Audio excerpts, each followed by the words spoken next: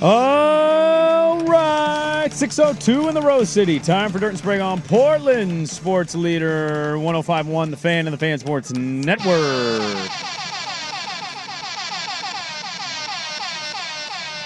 Happy Thursday, everybody. What is happening?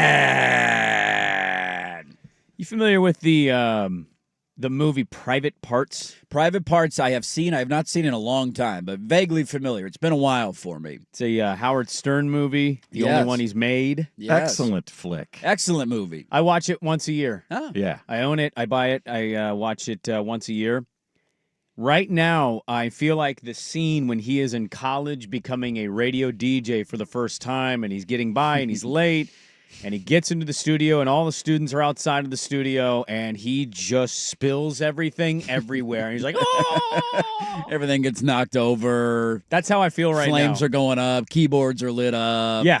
Things are exploding. That's how I feel right now. Things are going good this morning, huh? We're feeling good, ready for the show, fully prepared, got our notes ready to go. Well, I don't know what it is, but I was working on my desktop last night in my bedroom, getting some show stuff. Yeah, getting some notes jotted down. Dude, I put a lot of notes on it, and I have a draft in the email.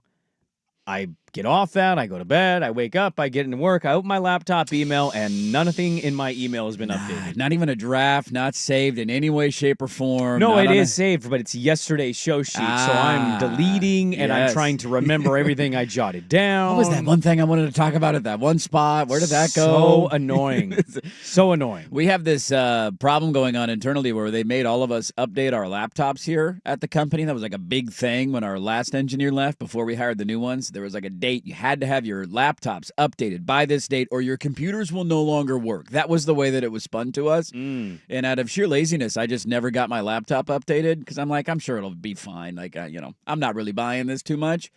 And lo and behold, everybody who got their laptop updated, their computers now suck. And mine is terrible. Mine is one of the few in the company that still works. And now we have new engineers. And the new engineer is sending me an email every day trying to get me to update my laptop, and I'm just ignoring him. I'm evading him. I don't know if he knows who I am, to be able to come up and talk to me in person. No, I'm confident he has no idea. No. He doesn't. I'm just a name on the list that corporate gave him of these are the laptops that didn't get updated. I've also noticed he's very, very into the appointment scheduling. Yes, Google Calendar, let me know what time. File a ticket. All of those. He's like things. Google chatting me. I didn't even know that was a thing on my email. I'm like, why is there what is this new Google chat? Because I'm a drive-by guy. I'm like, I'm here after the show. You guys aren't here when we get in. Ooh. So I'm a drive-by guy. You're going to work around my schedule. If you're not there, I'm moving on. You guys sound so old the way you're just complaining. Chats and the Googles and the things. I don't do chats and invites and calendar reminders. If he ever, when he does eventually figure out who I am to tell me in person that I need to update my laptop, I'm going to ask him, why should I do this when everybody I've talked to tells me their laptop doesn't work anymore? So Wags just shut down on him one night. Yours won't save anything. Nothing. Still on a different time zone. Nothing saving. I'm still on East there. Coast. It's 9:04 a.m. Brian, our wonderful, delightful guy who records all our commercials and stuff, his computer just went kaputs the other day, and he had to give it back to him to do a different update because he ran out of space and things were saving. I'm not doing it. I'm holding out, man. You're not gonna. I'm Micah Parsons of updating my laptop computer. You're not gonna get me. I'm napping on the training table. Sorry, the I game. did not get the show memo last night to wear green. It's Green Day. Come on. Yeah. Wear green. I didn't even know what color this was. I just grabbed a shirt. I was trying to leave. I mean, that could fall under multiple categories. That could be. I would say the base color, the base shade. Green, the base shade is green. Is green. Yeah, you could make an argument. Green kind of vibe. Turquoise is, you could. But make I that would say argument. that's more green than blue. Yeah, I don't know how that happens. You guys on the same cycle. We're cycling right now. It's football season. I know. What's really odd is if you would have seen the way we both dressed when we met and started doing a podcast, you would have never thought we'd ever wear. Here we are. Yeah. Similar colors in any way. Did you bring any pads in for me today? You got some pads for me? I don't. Okay. I just ran out. All right, I'll have to run to the update store. at work has run through them too quickly. Now you lost all your pads with your laptop leaking oil over there. You had to use them on that thing. Yeah. You want to go to the bathroom together and change? God, we need to watch 7 a.m. football games tonight. Yeah, we get football back, baby. Football. Yeah, buddy. Let's go. It's so devastating to put in a lot of time on something. It's the and worst. then I know none of exactly the- how none of you it feel. matters. Absolute worst feeling. It's Yep. happened to me before, mainly out of my own stupidity where I didn't, something that I screwed Yeah. up or whatever. And sometimes I'll save it on my phone and then I'll forget I've to had send it that. to my laptop. And then it's like on my phone, I'm reading my notes and it's not the same. Yeah, it's a discombobulating feeling. It's right out worse of the when you gate. actually do something. But I had that one time. I did a pilot's game chart before, like the night before we were leaving on a flight the Right. next morning to go down to play. Got to get all my notes LMU ready, or calling a some crap. game. So I did it the night before, and it didn't get into the bag for whatever reason. I The put worst. Oh, no. And I was like, are you kidding me? And then I didn't have a blank. It was like a 1-game road trip, so I Right. didn't bring like extras or whatever. So you just had to write it on like a Oh, sheet of God, paper I or was something. Scrambling so hard, trying to make some copies in the hotel. That's me right now. Yes. Oh, making show man. Trying to notes. type your notes out in the opening And you segment. guys What have did I seen have for like the 7:15? game chart. The game charts are extensive. It's a very personal thing for play-by-play people. Yes. Oh, yeah. Mine's color coded. I have the whole rainbow of Sharpies that I Oh, will yeah. get before the season and make sure. And it's You should tweet out your game notes I've after done it every game. I've done it here and there. Like here was the note sheet today. I think yeah. people would be blown away if they saw Well, I remember during the COVID, notes of play-by-play people. I remember during COVID when I had the setup at home when we had to broadcast, we weren't traveling and everybody had to keep their distance, and so I did that a couple of times. Like what my setup was at home. Yeah, this is where I'm I at. had a pub table that was right behind the couch in front of the TV, so I stood during. I'm in my underwear right now calling a college basketball I was in game. sweats and floppy tops and yeah. I saw Breen once during a pregame. Somebody was filming him before he was broadcasting. Getting ready to bang. He had like half of what looked like a book It's insane because dude. he doesn't do what Swag does. He doesn't have a big show or like a big big board or whatever. laminated thing you Yeah. see a lot of guys with. He was doing individual pieces of like regular standard printing paper. Whoa. And so he was like literally highlighting, Yeah. and then he would take a page off, and it looked like it might have been 60 to 70 pages Just writing long. a term paper here, Breen. Come on, man. Well, the TV guys or people that do network stuff, a lot of times they'll have They have their a copy. producer right Yeah. there because they're handing them, or some of them will have laminated reads for all of the sponsor things. This point in the second quarter, Yeah. this On like point a in the ring. third This time quarter. out at the 8-minute Right. mark, you have a read for Jiffy Lube. So you have all of that in addition to your notes and yeah, game chart and all that stuff. I mean, this might not be my fault. It could be my fault. I have no clue, to be I honest know. with you. I'm going to lean on blaming the computer on this one. Well, here's the problem. Like with if it's that. typed into the drafts of your email Yeah. and then it just disappears.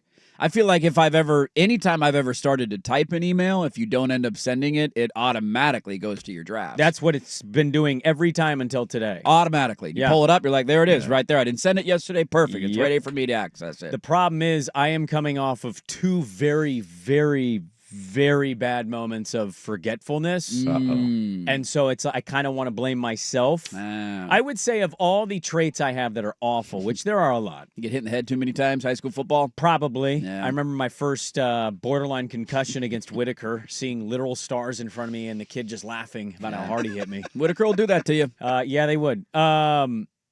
But I'm just coming off of two moments, like very bad moments of I am going to be 39 this year. And I am like forgetting and losing stuff. Yeah. It's probably the worst trait I have is how easily I misplace things. It's just, where did it go? I have no idea. On Friday, we got into our Hood to Coast van. I'm technically the captain of this team. You were the captain now. Yes. You're in charge. By the time we got to Sandy, and we are running on a tight schedule at this point, guess who forgot the light up vest so his runners could be seen and didn't have to have This is them? why you can't be a playing Ooh. captain. This is why Keegan Bradley made a good decision. I had him packed. You had him I ready had to him go. packed. I had all of them. I had the Yeah. light ups and Did you somebody forget the goes- bag? What? Yeah, I forgot the whole bag at my house. Whole bag. So when we got to the mountain, I went and spent $30 on new light up vests from the Hood to Coast people, and so I made up for it. yeah. And then You we still get home. delivered, but you know. And now you have I lost my medal when I 27 got home. light up You vests. I do. I do. Anybody need a light up vest running for in the you evenings go. when the sun starts going down at 4? You wanna Call run at Brandon night. Give them Sprague. to one of your kids in the He's class got- here. yeah. Everybody be safe walking to school. Show and tell day. Here you go. The whole class gets a light up vest. Look at that, man. The Spragues are great. I'm always known as the guy that I lose my keys. Yeah. I left a phone one time in a Yeah. taxi in Vietnam, and we had to pay $1 million to get it back. Like, $1 million dongs is a lot of dongs, dude. that's $100 US. That's a lot of dongs. My wife's great aunt had to pay the money to get the cab driver to come back because otherwise he's going to take it and sell it. Yeah, I'm keeping that phone. You got to make it worth my while if you're leaving it in my cab. I'm not giving it back to you for free. Here's a good one. We're going to do this today since it's already to hell. What is your trait that you wish you could correct and fix of yourself the most? Because mine is absolutely being more responsible with stuff, not being forgetful, not losing things. That's got to be mine. I think that's my top one of just like, every day, where did I Yeah. put the glasses? On a random table behind, why did I set them there? Yeah. I would say I'm the same thing. I'm the forgetfulness, but it's not necessarily of losing things. I don't lose a lot of stuff. I'm pretty good at tracking my things and where they're at. I'm very forgetful of just general things that are like things on the calendar of like, what do we have going on today? Like I famously one time, my old personal trainer at Crunch Fitness invited me to his wedding. I told him I would be there, but he didn't send me a paper invite. Totally spaced. Just a conversational. It was invite. like, hey, because they got married. They did a Sprague. They got married somewhere down in South America, and they were doing like a reception thing when they got back for all their friends and family. So it wasn't the actual wedding. Gotcha. But he didn't give me the paper invite. I don't have a calendar. I don't put anything on that thing. And the irony of it is, he borrowed my lawnmower, and the next day he returned it. And I was like, what have you guys been up to? And he was like, well, we had our wedding reception yesterday. And I just looked at him like, oh, that's right. That was yesterday. My bad.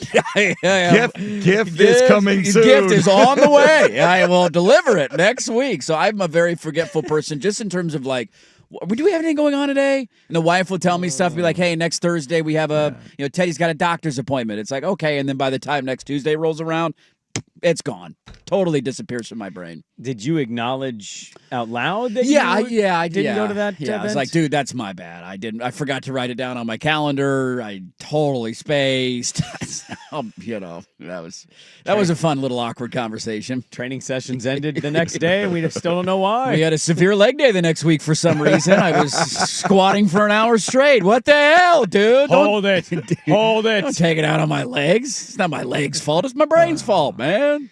Yeah, that's that. We're similar, but slightly that different. problem, too. You just kind of forget that stuff that problem, people too. tell you, like, "Hey, next Thursday we're doing something," and I totally space on it's it. ridiculous. Yeah, you'd think we'd be better at this point in life. Writing things down on a calendar is very simple to do, but I still don't do it. Yeah. We even have multiple calendars in our house, and I still don't write things down on the calendar. Do you find writing physically down or like jotting down? On a I have text to write it calendar? down. If I write things down, I remember it. I was always that way studying. Like that's how I take my notes whenever I call. Again, I have to write things down because if I type them out, it disappears. But if I use the pen and the pencil and the pen and the paper, it'll stick in my brain. Interesting. That's the way I'm at. Similar then. Very similar in that regard. Bad feeling. I also wish I could improve my hearing, but I don't think there's any help there. That's a different. That's a different. Yeah, that's a physical trait. That's going out of your becoming a control. problem. Yeah. These things that we're talking about are things that we could absolutely correct. We could. We just choose not to. It's one of the things that I hate is the reputation that I am that person. I want to be you like... want to fight against that reputation. No, I'm not, but Yeah. I know I am. Yeah. Yeah, you lost it again, huh, Beanuts? Yes, I did. Yeah. Thank you, nephew, for pointing that out. Thank you for reminding me of that I have a problem with that. I didn't forget my keys.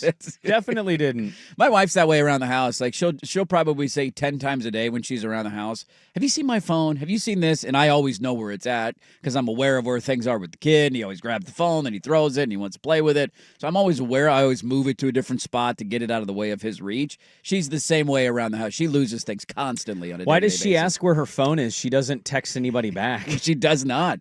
And because she she can never find her phone. That's right. You can never find it. And her phone's always on silent. So if we genuinely can't find it, we can't call it and find it because that thing ain't going to ring. So why does she want it? For scrolling. You got to scroll. You got to do the scrolling. Sure. What's going on TikTok, People reach out. What are the people hey, how doing you on doing? TikTok? Need Swifty updates. What's Taylor Swift up to today, dude? She could be doing Exactly. something big, man. Well, we got a Magic Hat Thursday. I think I've got most of the things back. I jotted down some stuff before the show. I remembered some of it. I hope I remember the others as the show goes on. I was really excited for today's show. I still am. We'll see how it goes. It's going to be a good show. I think it is going to be a good show. We got have a two guests. YouTube TV deal, and football's on tonight. Bingo, bango, bongo. Josh Pate at 7:40. Mike Doc Parker, Oregon State season preview at 8:30. There you go. Wham, bam. Thank you, ma'am. Let's get it going. We have 11 of these tonight. 11 of these. Let's start there. Dirt and Sprague on 105.1 The Fan.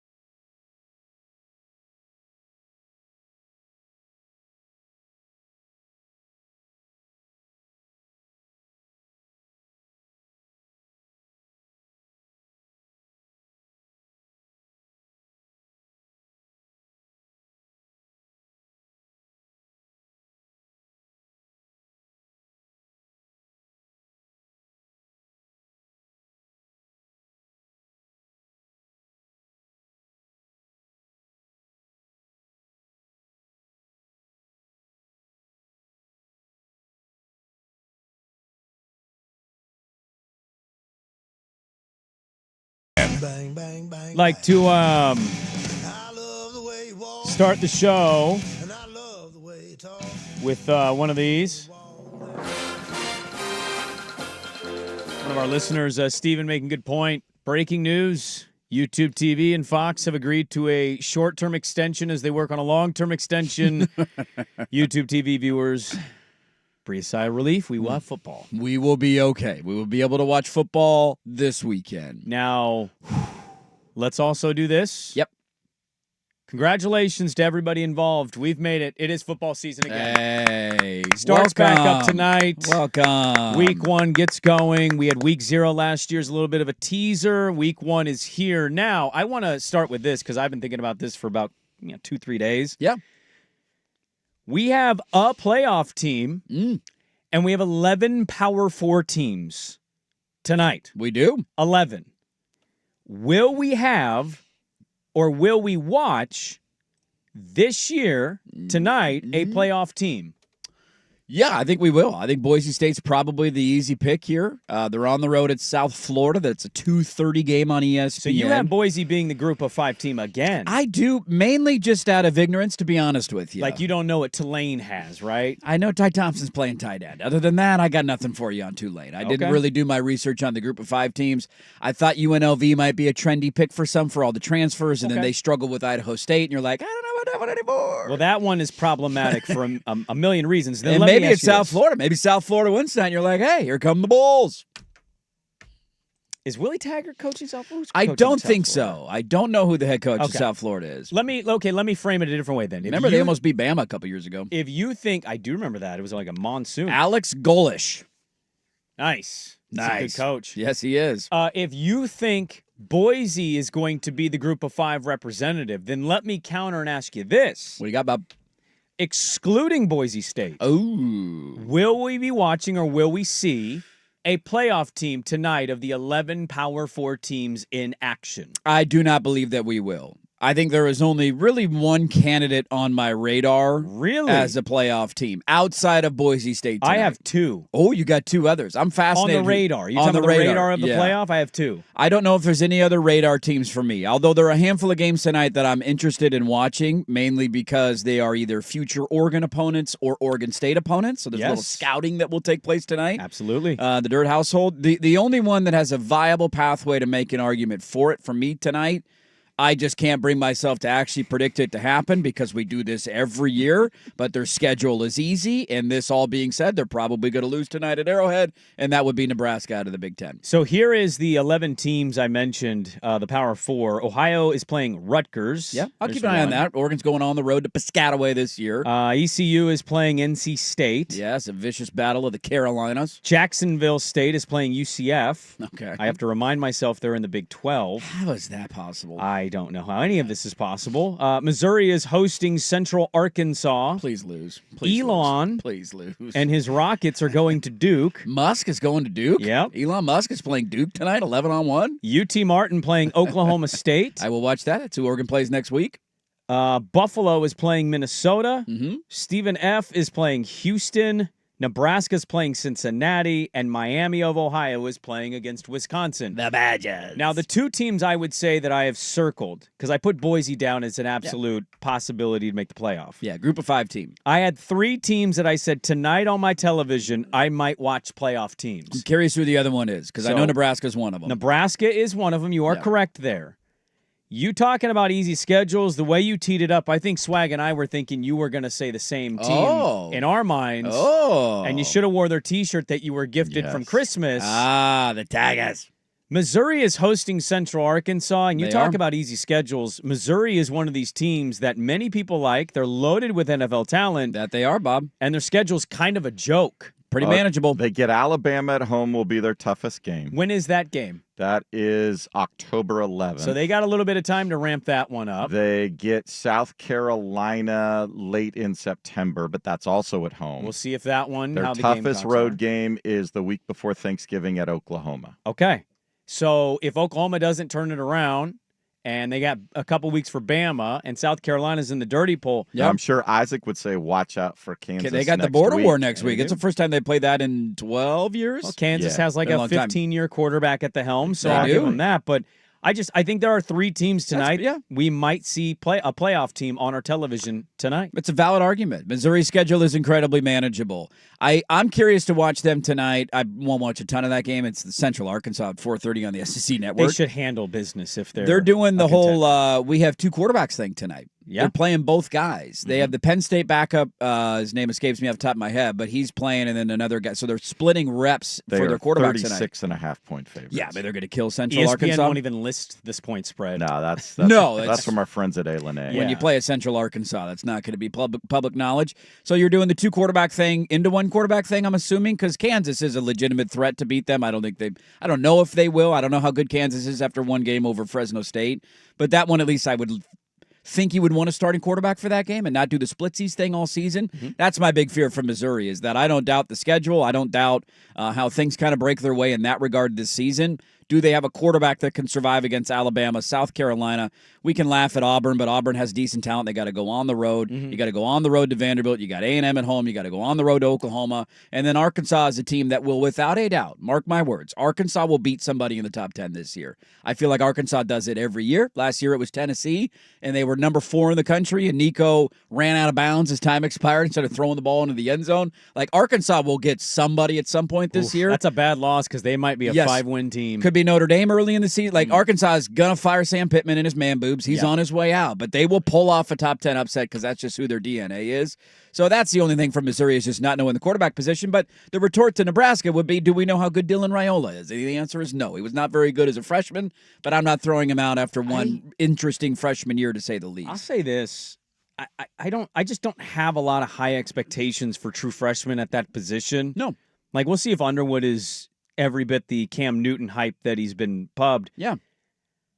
Even Cam Newton didn't do it as a freshman. He was at Florida and sat, and then he got kicked off the team, and he went to JUCO. I might not have watched as much every down stuff Nebraska as you did, and you have a family tie to it. Your mom, I believe, is an alum of Nebraska. She's a Nebraska alum. I thought he was fine as a freshman. I didn't think he was bad. Sure. He wasn't extraordinary with his stats, but for what he was, I thought he was fine. There were a lot of freshman moments. Yes. And I think the question is always, where does that go from year 1 to year 2? It should be a leap, it should be right? better, but how much of a leap are we talking? He was the 2nd-ranked quarterback of his class? I believe so. I believe DJ Lagway was number 1 and Dylan Raiola was number 2. And Lagway was good as a freshman too, but he also had some bad moments and some bad picks. And, every freshman is going to struggle at that position, to your larger point. I just think that's the concern if I'm a Husker fan, is one, we do this every year, I feel like, with Nebraska. Like, hey, this is the year they might win 9 games. And then they go 6-6 and they lose a bunch of games throughout the process. You're like, how the hell did you lose that one? Pate has them 10-2 and going to the playoffs. There's a lot of hype there. People think that because of the schedule and Raiola and what they built roster-wise, that this is the year that it all kind of comes together. And let's see it beat Cincinnati. Let's start with a win tonight in Arrowhead against a Big 12 team that you should beat in Cincinnati, and then we'll go from there. So no. I don't think either of those teams will. I don't think any of those teams will make the playoffs. Okay. I would love to see Nebraska in a playoff because of the family ties. I'm rooting for them to win. They don't play Oregon this year. I'm all for it as an at-large. Be really cool for that fan base and for that state. But it just there's a part of me that wants to see them put together consistent wins and not drop games that they're supposed to win, because that's been their DNA, I feel like, for 10 years, no matter who their head coach has been. The main argument for them, honestly, outside of their schedule, and this doesn't really have that much bearing in my mind, but people will use it, is the Matt Rule example. Because I think everywhere Matt Rule has been, year 3 is the year that everything comes together for their teams. Baylor popped in his third year. First 2 years weren't great. Third year, they're a legitimate contender, and then he usually leaves after the third year, so you don't get to see where it goes from there. I don't think he's leaving Nebraska, but that's the argument their fan base would make. How many years was he the Panthers coach, 2? Oh, I don't even know if he made it to. Didn't he get fired? I don't remember. It was such an awful experience. He might have got fired in his second season. year. Didn't complete. They should have 2 waited. years. Could have popped in that third year. No, I'm wrong. He got fired in his third year. Okay. He went 5-11 year 1, 5-12 year 2, 1-4 year 3, and was fired 5 games into the season. So he wasn't popping in Carolina year 3. It was 11-27 in 2 years and some change. Not very good. Well, we'll find out tonight. Football is back. YouTube's got an agreement. It's gonna be great. Come on, baby. Got soccer practice. It's fun that a lot of the games have tie-ins to our opponent, like who Oregon, like Houston's playing tonight, Oklahoma State's, but there's a lot of games you just kind of keep an eye on for teams that our team will be playing in the next couple of weeks. Let's get to the Magic Hat. Do it next, but first, Swag with a sports update. Now, Now, from the George McCoy and Warren Allen Sports Desk, a Sports Center update on the Fan Sports Network, 105.1 FM and 1080 AM. First on the Fan, hallelujah. It is the first full week of the college football season. A handful of games tonight. The only ranked team in action, number 25 Boise State on the road at South Florida for the early 2:30 p.m. kickoff on ESPN. Broncos 5.5-point favorites. Over on 910 ESPN, Portland at 6 p.m. Cincinnati Bearcats facing the Nebraska Cornhuskers in Kansas City. Huskers 7-point favorites. Our pregame coverage will start at 5:30. Mariners got another 3-run home run from Gino Suarez and held on for a 4-3 win over the Padres. They take 2 out of 3 in the series to remain a game and a half behind the Astros in the race for the AL West. Seattle with a 3-game lead over the Royals for the final wildcard spot as they head out for a 9-game East Coast road trip beginning in Cleveland on Friday. YouTube TV has announced it's brokered a short-term agreement with Fox to continue service for subscribers this weekend as they continue to negotiate a new long-term carriage agreement that will allow viewers to see college football and Major League Baseball games this weekend. More sports scores and stories in 30 minutes. Jason Swigard from the George McCoy at Warren Allen Sports Desk. Hurt missing work. Insurance companies acting like jerks. Don't call your mom. Call George McCoy at warrenallen.com. Your home for the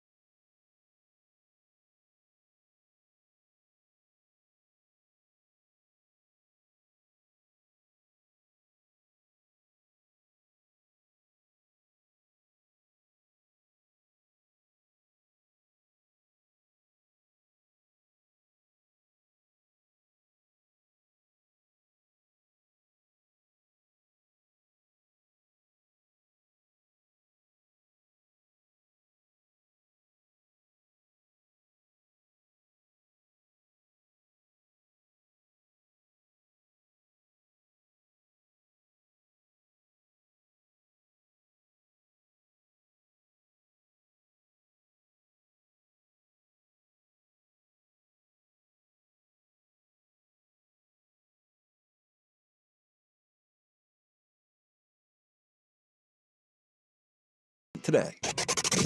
All right, let's get to the Magic Hat. It's the Magic Hat. Yeah, baby. That's what I've been waiting for. Bring it on. It's basically a bunch of topics, and we have no idea where the sports gods want us to go. Okay. Until Swag pulls it out of his magic hat. Hocus pocus. Where are you? Now you see me. Now you don't. It's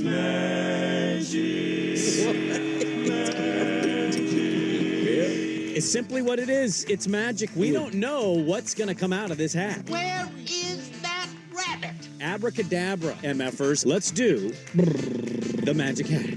The only thing this hat's good for is the trash can.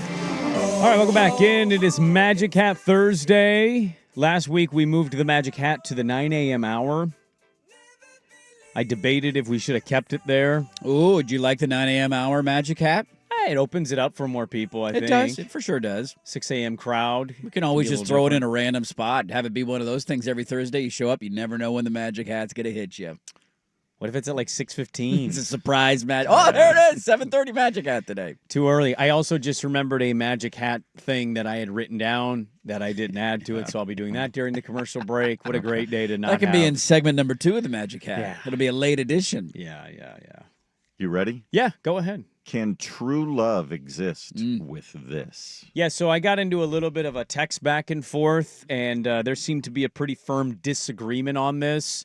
Look, I understand we've exhausted the Kelsey Swift stuff, and there's listeners out there rolling their eyes just hearing me say that one more time. I'm changing the radio station right now. I'm just simply pointing out and asking, is it really true love the way that they're portraying it if we're indeed striking up legal papers for prenuptial agreement? You're really in love? You're really as happy as you've ever been? You can't believe you found your Prince Charming? It's the gym teacher and the English teacher. I saw somebody Do say, it without a prenup. Prove it. Do it without a prenup. I actually saw a lot of teachers get offended by that. Of like, that's really like we make $40,000 a year. Yeah. and you're worth $1 billion. And to say English, like It's supposed to be a cutesy thing. I get what she's doing. But seriously, I get like one's a billionaire, the other one is worth hundreds of millions of dollars. Yes. If this is really true love, you shouldn't need documentation to prove whose stuff is what stuff and whose money's is the money. Just free ball it, man. Although Kelsey marrying her for the money, getting $500 million, the divorce album that would come from Taylor Swift would make her all that money back. What if they got divorced and he got custody and he became Kevin Federline, but the NFL version? He just lives in Hawaii and she pays him child support and alimony. He's and- just retired, hanging out in Hawaii. I get $80 million a month. What? How is that possible? That's how much he's worth, man. And I'll never forget, he used to have a dating reality show. He'd be like, oh, got these fine-ass honeys here. And I'd be like, yeah, that's the Travis Kelce I thought I knew. Dude, that was one of the funniest things that happened in their engagement. To answer your question, I'm sure they would say we're truly in love, but the lawyers will not allow that to happen. But you make your own decisions as an adult. I don't know if you do. I don't know if you do if you're Taylor Swift. I think Taylor Nah. Swift is told what to do Yeah. financially in a lot of regards, and you're not risking losing half of this. in a When you divorce. are that much of a financial engine, Yeah. Sure, Yeah. but you're in love. Prove it. Go find some of the old Travis Kelce tweets, though. That guy's got some absolute bangers on his 2011 Twitter profile. Most of them have been deleted by Yeah, now. I'm sure he they had have. one on Easter that was like, "Happy Easter, everybody! Shout out to Jesus taking one for the team, dog," or something like that. Like just those kind of things, or 15 years ago when he was 21 or however old he was. Hilarious that he is now married to Taylor or going to be married to Taylor Swift. Yeah, I think I stand firm in the opinion. Unless somebody out there knows another person who had a prenup and they've been married for 30 years and they've been happy. I mean, I think people still can stay married if you have a prenup. Oh, I'm I- not saying they don't. I just... I don't make enough money for you even talk about a prenup. Me either. My wife would say, you mean on my end? You And mean- I'd be like, yeah, probably. Yeah, give me 20% of what you got. Come on. What's yours is mine, If right? you're really in love, prove it. No you prenup. go. Otherwise, I don't know if I'm buying it. not all buying the way. it. What a come up too for Kylie Kelsey, who I think she met Jason Kelsey on a dating app, and he asked her on a Tinder or something, "Do you want to go on a date?" When they were both at Cincinnati, shows up, goes on the date, ends up getting married to this random person she said yes to on an app. Tinder's been that old? I don't know if it was Tinder, but I know they met on some sort of dating app. Oh, That's just the okay. only one that comes to my mind. And now Taylor Swift's going to be her sister-in-law. She's launched her own podcast, She too, has. and it's done rather well. Imagine her saying no to that date. Be like, nah, I'm not in the mood. Whoopsies, bag dropped right there. Yeah. All right, what's next? It's chicken. Free chicken. So my buddy, I'm getting to an age now where my friends have children who are starting to work. My niece got her first job this summer. My nephew's at an age where he could go get a job if he's not playing a sport. Where's the niece working? Well, she did like I think it was the place. Yeah, the place, the She thing. didn't really talk about her work, and I didn't ask about her work. Adding to a conversation from earlier this week. We don't know what people do Was it a for restaurant, fast food, grocery? No, it was she helped with like children. Daycare. Kind of like a special needs okay. Head Start type deal Okay. for the that's summer. cool. Yeah. Anyways, my buddy's son just got his first job. He's no longer going to play football, and he decided, I'm going to get a job, make some do-re-mi. Yeah, make some money. His first job, Chick-fil-A. Chick-fil-A. And I'm contemplating how often do I hit him up for free chicken There you sandos. go. Is it close to your house? Yeah. Yeah. It's right off the sunny side. It's constantly packed. He did tell me, I will not share names. Sure. So I saw him after his first orientation day, and I basically was like, hey, how's it going? How'd it go? And he downplays things a little bit. It's in his nature, and he goes, oh, it's good, outside of the whole talking about God and Jesus part. And I went, what? Oh, And they he- make you do that if you work there. They huh? basically have like a mini church sermon for new employees of like, you are saved. Yeah. God loves us. Sundays are off. And he's like, I just had to sit there and pretend. Yeah. You never Was have this to work the on a one that Sunday. went with us to the Angels-Mariners game? Yeah. Ah. Oh, yeah, you met him. Yeah. You guys are hanging Yeah. out. I would say for the free chicken, He gets like $16 a shift of free food. of there free you food, go. and he's not going to eat that every day. Probably. You're gonna Not every shift. That'll be like the first 2 weeks. You'll be like, "This is great," and then you're going to be like, "I don't want to eat any more chicken. It's too much chicken." Well, I hit him up one day and just go, Some days. I think once a month is you doable. go. I I get think that poly sauce. I think a once a month chicken sandwich is absolutely within reason. That's a pretty good first job too, I think. That's solid. Depends Yeah. on what you're Chick-fil-A? doing. I never did the fast food thing. I know I Swag did did. one summer of fast food, and it was awful. I never did the fast food thing. I assume he's going to be kind of Is he doing bottom. the cooking, or is he doing the Cooking, cash or register? is he? He hasn't really specifically okay. drawn that out. Hmm. I think I'd rather be cooking than be the guy that has to stand in the drive-through for 7 hours. I would not want to deal with people coming through a fast food restaurant. No. No. No. It's a clientele that usually is. This angry. might have to carry over. I don't know where this is going. Okay. Sprague versus Swag. Oh, Yeah, we can carry it over if you want, but Friday night lights are going to start this Friday. That is true. And I have an adopted high school team because I don't Yes. live near Park Rose anymore. Though I did read a depressing article about Gateway, and I know Gateway for some is not Park Rose, but Park Rose people shop at Gateway, how dare you claim our gateway? and it's basically dead. It was a depressing thing to read. yeah. My nephew plays on the Nelson High School football team, Friday Night Lights starts Friday night. and they're hosting Lake Ridge. They open with Lake Ridge. Ooh. And unfortunately, I have a hops game. Otherwise, I would be there. You'd be at the Because game. your nephew's going to be on the team, right? Yes, I think he's going to be the starting middle linebacker. Oh, I'm not a my nephew's a positive starting on outside that. linebacker. Let's go. So yeah. Yes. Now Cooper might be going both ways, so he Good might for him. he It's might play some 2025. tight Yeah, end. Yeah. You got to be able to swing. If he both plays ways. tight end, then they might be Yeah, matched up they head to head might against match each other. up. Outside linebacker and a tight end, So yeah, mono y Cooper, mono. I think in the program he'll probably be 6'3", 210, 215. What's his number? I just need to I know need the to look. number. I think it's 4, but I'm not 100% positive. Now my I will nephew look has it up. warned me. He's like, Lake Ridge is good, man. They're legit. They might They whoop us. think they have. Well, their starting running back is. He said he's like a 6'3" running back who is just an Yeah, absolute he's unit. going. He's got a D1 ride. I can't remember where it is. I want to say Arizona, but I'm not sure. Yeah, I think you're right. I think he said he's going to a school like Ansu Sano. Arizona. He's a load. Yeah.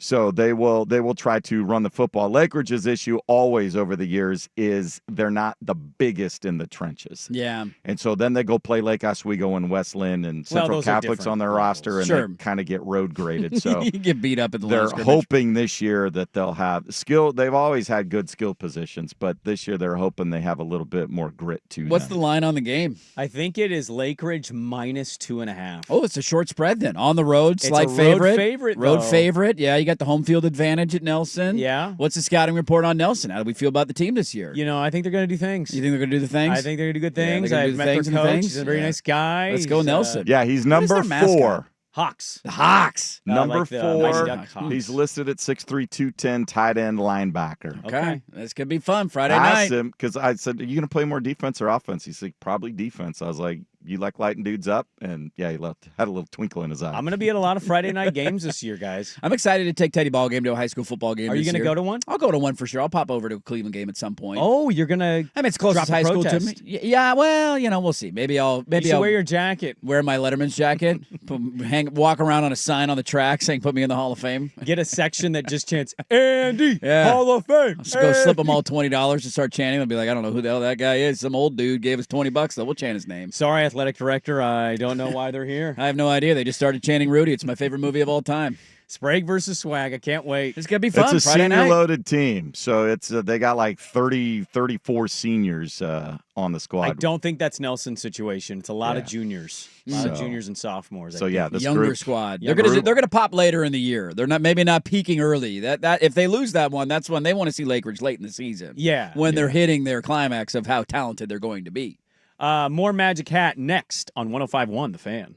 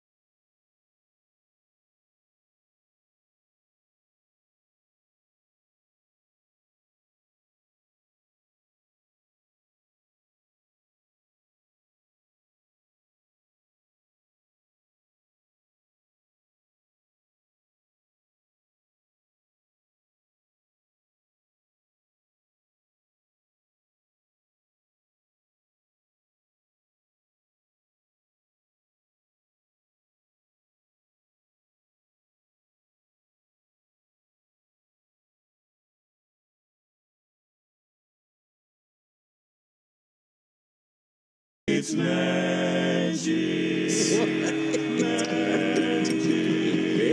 only thing this hat's good for is the trash can. All right, we have a loaded second hour. We'll get into some college football, but it is a Magic Hat Thursday, so let's roll on with the old Magic Hat.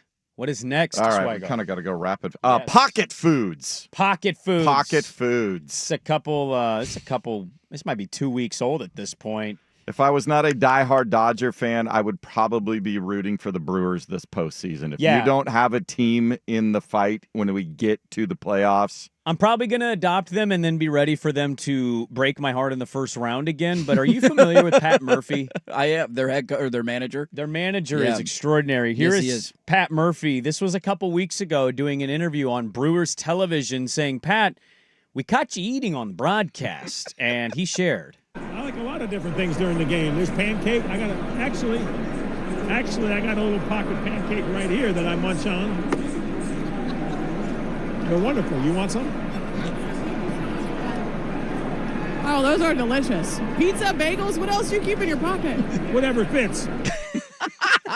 My man, that's perfect. He is, if you see his post-game interviews as well, win or lose, he is hilarious. He keeps a pocket pancake to just grab out. takes like a little silver dollar pancake, folds it over right there in the pocket. You never know when you're going to Get get the hungry during a munchies game. about the fourth inning. I need a little something. That's smart right there. I did this when we went to, I don't know if you guys did this when you were in middle school, but you can go shadow somebody in high school for a day. And my brother was a junior, and so I went and shadowed him for a day at high school as I was getting ready to go to Cleveland next year. And we would go to Taco Bell for lunch. Went to Taco Bell, and what were the old kind of nuggies that they used to have at Taco Bell? Mexi fries? Mexi fries. Mexi fries or whatever. Yeah, the little tater tots. Basically tater tots. Yeah. And I never lived this down with his friends because I was wearing cargo shorts that day. We went to lunch. We were rushing. I was like, dude, I want to finish my Mexi nuggets, and I put them in my cargo short pocket. Oh. And I just sat in the next class with him eating my Mexi nuggets. Napoleon Dynamite style. I did that when I Yeah. was in the 8th grade, and I never lived that down. Pocket snacks are great. Pocket snacks are great. pancake has got to be underrated. Underrated. That's a smart thing to put in your pocket. It is. All right, I think we can squeeze one more in. Too early to panic? Yeah. So yesterday I was reading. This was the thing I actually forgot to put on the show sheet, and I remembered. The Athletic did a follow-up on the MLB expansion cities, and it went through every scenario: Raleigh, Nashville, Salt Lake, Austin, Portland, Charlotte, right? And in it, they get to Portland, and I found this very interesting because publicly we might have gotten the first admission that this was not, it's not what we think it is yet. Now, they admit in this story that Salt Lake is probably ahead of the game right now, but there continues to be a vibe that they don't want Salt Lake as their number one option, but they might not have a choice because Craig Cheek is on the record saying they don't have their capital. In the article? Yeah, he Okay. says he's focused now on completing our capital stack and determining a primary investor for the project. Quote, we are in active and advanced conversations with multiple parties that we know we need to anchor. I don't have a definitive name or group I can give you, but I can tell you we're making significant progress. The reason I bring that up is that is different than the messaging they started with of Sure. don't worry, We got the we money. have the money. We've shown the city where the money's coming from. The city knows where the money's coming And from. I think he's kind of admitting they don't have the money, but they know people with the monies, and they're trying to convince them to keep the monies. That's a little alarming. About $5 to $5.5 billion by his estimation for the Yeah. expansion fees, the construction, and everything else. The good news for them is I still think we're a long ways away from this. I still don't think Major League Baseball is going to move on expansion until they are solidified in what's happening with the A's, which seems like it'll be Vegas, but you never know. And then the Rays just sold. Are the Rays staying in that area? They need a new stadium. Are they staying there? Are they going to move to Nashville? Are they going to move to Charlotte? Like, are they going somewhere else? So that's the part of it that I think baseball is still trying to figure out. Look, the good news is there's a lot of really rich people who want to be involved in sports. And so I think if you're calling around saying we have a legitimate chance to get a team, are you interested in owning? Hell, the Blazer owner has been trying to bring a baseball team to Raleigh. Or new owner, Tom Dundon, has been trying to bring a baseball team there. Call his ass up. Be like, you want to give us $1 billion? That'll get us part of the way there. But it's not encouraging, at least at this point, to be on the record. Salt Lake and City admit knows you've where their gone. money's coming from. It's They the Miller have their family, they yeah. have their group, they have Yep. the money ready to go, and so we're saying we'll find it, which I think they will be able to find it, but does that put you so far behind the 8 ball you can't get it? It's just a little, I think, I'm not panicking, but it was a bum thing to read of like, damn, he's just publicly saying they don't have the money when I thought they did have the money. Well, and the timing of this is brutal, too. With the Blazers selling and the whole arena thing going on from Adam Silver, just the timing of it is tough. Whereas if the Blazers, say Paul Allen's still alive for another 10 years, who knows how long the Moda Center holds on. Maybe you do them at different times. But if you got to do both at the same time, dude, we can't do that as a city. I wish we could, but I don't know if we can. Loaded second hour of the radio program. We'll dive into some college football. Josh Pate will join us at 7:40. Dirt and Sprague hour number 2 on 105.1, The Fan and the Fan Sports Network.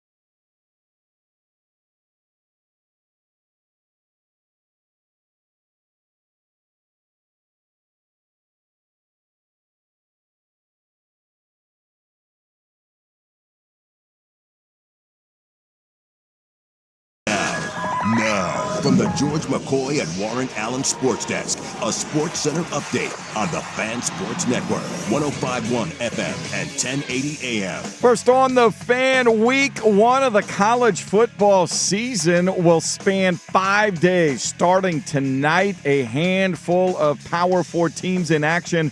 The only ranked team is number 25, Boise State. 5.5-point favorites on the road at South Florida. That's the first game up 2:30 on ESPN.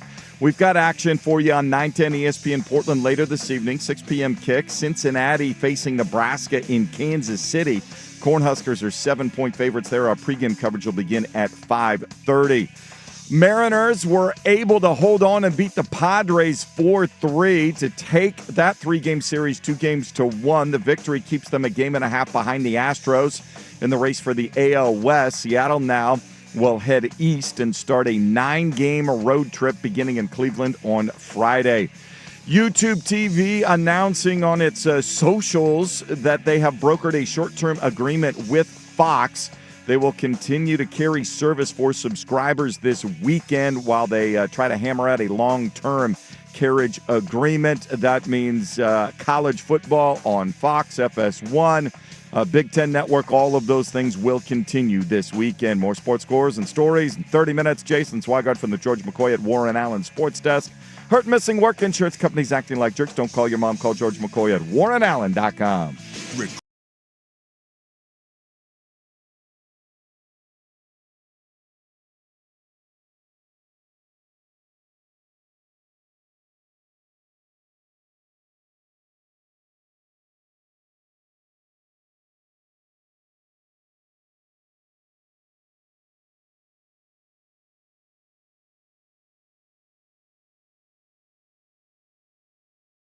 Welcome back in the second hour of the radio program here, Dirt and Sprague.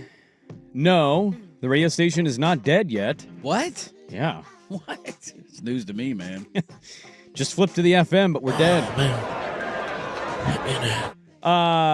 Josh Pate will join us at 7:40. So we got a lot of college football to dive into. We're going to kind of fold the way you would fold in food. Yeah, it's a pancake into your pocket, if you will. There you go. Yeah. We're going to fold in our Clemson preview, Yes, the number 2 of the Dirty way Poll. you fold in the egg whites to something. Somebody on this show could have Clemson in the national championship game. What? What? Mm. Who could it be? I wonder. Who could it be? I wonder. In Dabo Sweeney, we believe. It's definitely not you. Thank you, Jesus. Who's bringing their own guts? Yeah, he'll bring his own guts, that's for Okay. sure. He's bringing his guts. So we'll get with Pate at 7:40. So we're going to have a weird 7:30 segment. That's what we do every Thursday because we get Josh Pate for an extended period of 20 minutes. That's the way to make it fun, to make it work, to make it worth it. So we'll get to that coming up at 7:40. I have what players with NIL are spending their money on. College athletes, what are they blowing their cash on? And there's one player we've never heard of, and I thought his answer was the most underrated best answer because there's some good ones in there. Yeah. But there was one player that was like, oh, I bought this and it didn't help. So I want to get to that with you guys. What dumb things would have spent our money on in college if somebody gave us $800,000 to play college football? See, that's something when I was 19 years old. God, I would have blown all that cash. If you would have been given $1 million at the age of 20 as a transfer college football player, what do you think you would have bought with the $1 million? How quickly would you have run out of the $1 million? Would you have been smart enough to hold on to it? Because I don't trust myself at 20. Really? Not at all. Because I had a reputation at that age, like for being notoriously cheap. Sure, but then somebody gives you $1 million, you don't have to be cheap anymore. Yeah, your background, your environment, how you were raised would have a huge. Yeah. I don't know. I know it's $1 million, and it's easy to say without having the million. I think I would have been cheap. You would have been cheap with it? Yeah. Yeah, you would have been stuff, frugal. but... You probably would have got yourself a good quality, nice, newer vehicle, but nothing outlandish. No. I would have wanted one, though, with sick rims. For sure, and a lot of speakers. God, I remember putting subwoofers in my high school Honda Civic with my QFC money, and what a waste. Just what a waste. Yeah. So Bone Thugs and Harmony could rattle my trunk. I remember a kid rolling into Park Rose once, and he had an okay car, and he was bumping 50 Cent coming into the parking lot, and I remember being with somebody, and they're like, man. Go show day. What a system. It's your birthday. And I remember just going, is it? His car sounds terrible. It doesn't even sound enjoyable. Yeah, I probably would have had my parents probably would have told me you can only spend X amount of this and the rest is going into an account that you can't touch. Diversify, Andy. Which would have been the right thing to do because if you gave me $1 million, I would have blown all of it. You get $1 million now and call our friends at Trade and Wealth. Yes, they will invest it wisely for you. You put up a poll question last night. I missed this one. Yeah. And I thought this was great. Best bet the weekend. Best bet of the 4 schools this weekend. Huskies are 21.5-point favorites against Colorado State. Beavs 1.5-point home favorites against Cal. Yeah. Ducks 28.5-point favorites against Montana State. And the Cougs almost 2 touchdown favorites against Idaho. Idaho, who no longer they lost their head coach. Remember the guy who almost beat Oregon last year? He took the job at New Mexico. Or New Mexico State, one of the two. It doesn't matter. He's gone. To be fair, too, I also checked on A this morning. There's slight adjustments in the Oregon State and Oregon lines. What is it now? What did I put in the poll 1.5. question? Yeah, so it's a 2-point line, so they're half point up. Yeah. And Oregon has gone the other way on A. They are a 28-point favorite, not 28.5. So Okay. you're splitting hairs there. You get the opportunities for pushes more so than anything else, but the lines are nearly identical. I had a really hard time answering this question. A really hard time. The hook on the Husky line is concerning. 21 point. Like you tell me they win 38-17. I wouldn't be surprised by that. Not quite sure what Colorado State's bringing to the table. They will win that game. Do they still have that quarterback that Shador hated? Remember that kid? I do not know if he's still there. And then they got their ass whooped. And I know Jay Shador wouldn't shake his Norvell hand. is still there. Let me check on their roster and see if he's back for another year. Okay. That guy's been around for a handful of years. I know that much What was for his him. name? God, you're going to say it. I and know. I'm going to be like, oh, yeah, that's right. Okay, so we'll see if he's still there. Oregon at 20, 4 touchdowns after the way that they opened last year, right? It's like, they should win the game by 4 touchdowns. I feel less worrisome with the hook, but 28 feels like it could be a push number. How did they open 2 years ago? 81-7 against Portland State, but that's also Portland State is significantly worse than Montana State. Yeah, they lose by 50 to Montana State. Do you know? He is still at Colorado State, by the way.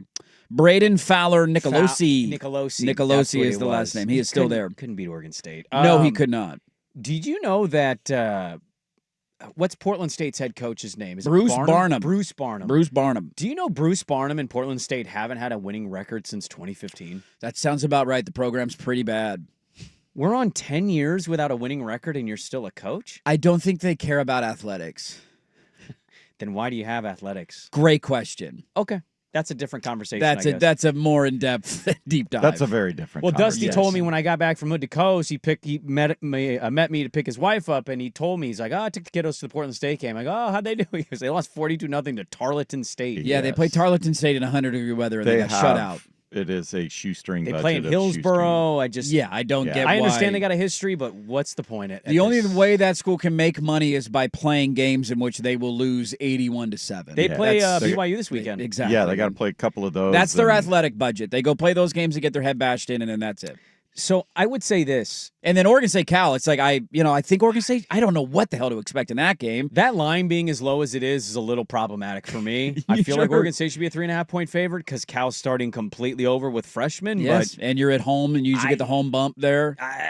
And Washington State's got like 70 new players, man, with a new head coach. So they should beat Idaho. But that's why I was looking at these lines last night. Should they beat Idaho by I don't 2 touchdowns? know. I don't know. A lot of their guys came from the FCS level because I want to do our big PP picks again last year that we did last year. And I remembered the records. I got them on my show sheet. So I was looking at all these lines and just thinking to myself, I don't know how confident I feel in any of these bets. I genuinely don't. Well, so let's power rank these then, because 1 through 4. I voted pretty easly Oregon. I think Oregon is going to take last year's problem start, and I think he's going to send a real message. I was listening to who was I listening to? Oh, I was listening to the Duck Insider show because I had left late yesterday. Yeah, and so Dusty was on it because he was down there on Wednesdays, and he basically was talking about how they were simplifying offense. Yeah, they felt like they had too big of a menu last year. Yeah, so they've cut down. So they're going to do what they want to do. Yeah. I also looked at some stats last night and forgot how bad's not maybe the right.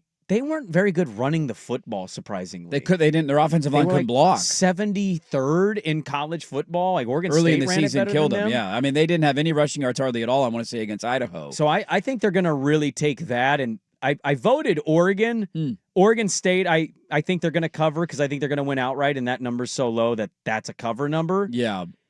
Washington's interesting because of that hook, as you mentioned, although I think they can do it. And Washington State, I have zero feel on Washington State with 2-touchdown favorite. And Idaho's all new, too, because they lost their coach and a lot of their players. So is Idaho going to beat? I mean, you should win that game, but I don't know. I would probably lean in agreeing with you that just in terms of overall talent, Oregon would be the number one bet here. But if you think if you're very confident in Oregon State at home, that's such a small line. It is. You just got to win by a field goal. It's basically win the game. Just you win the game, you're probably going to cover a 1. How often do you win a game by less than 2 points? It Right. doesn't happen very often in college football when you score by 3s and 7s. It's kind of a rare thing. You're also familiar with the coach and the opponent. You know what he's going to run. Yeah. You understand the system. Yes, and they were in the conference with you, so you're Yes. aware it's not a lot of new faces down there in terms of that. I would go probably Oregon 1, Oregon State 2, Washington 3, Washington State 4. I ended up with the exact same order. I think in my that'd be mind. my order. Yeah, that's a big number though for Oregon. Being the Four most tutties. confident in a 4+ touchdown 4 favorite. tutties, man. That's pretty wild. And I think a lot of it is because of the way that they opened last year and not making the same mistake twice.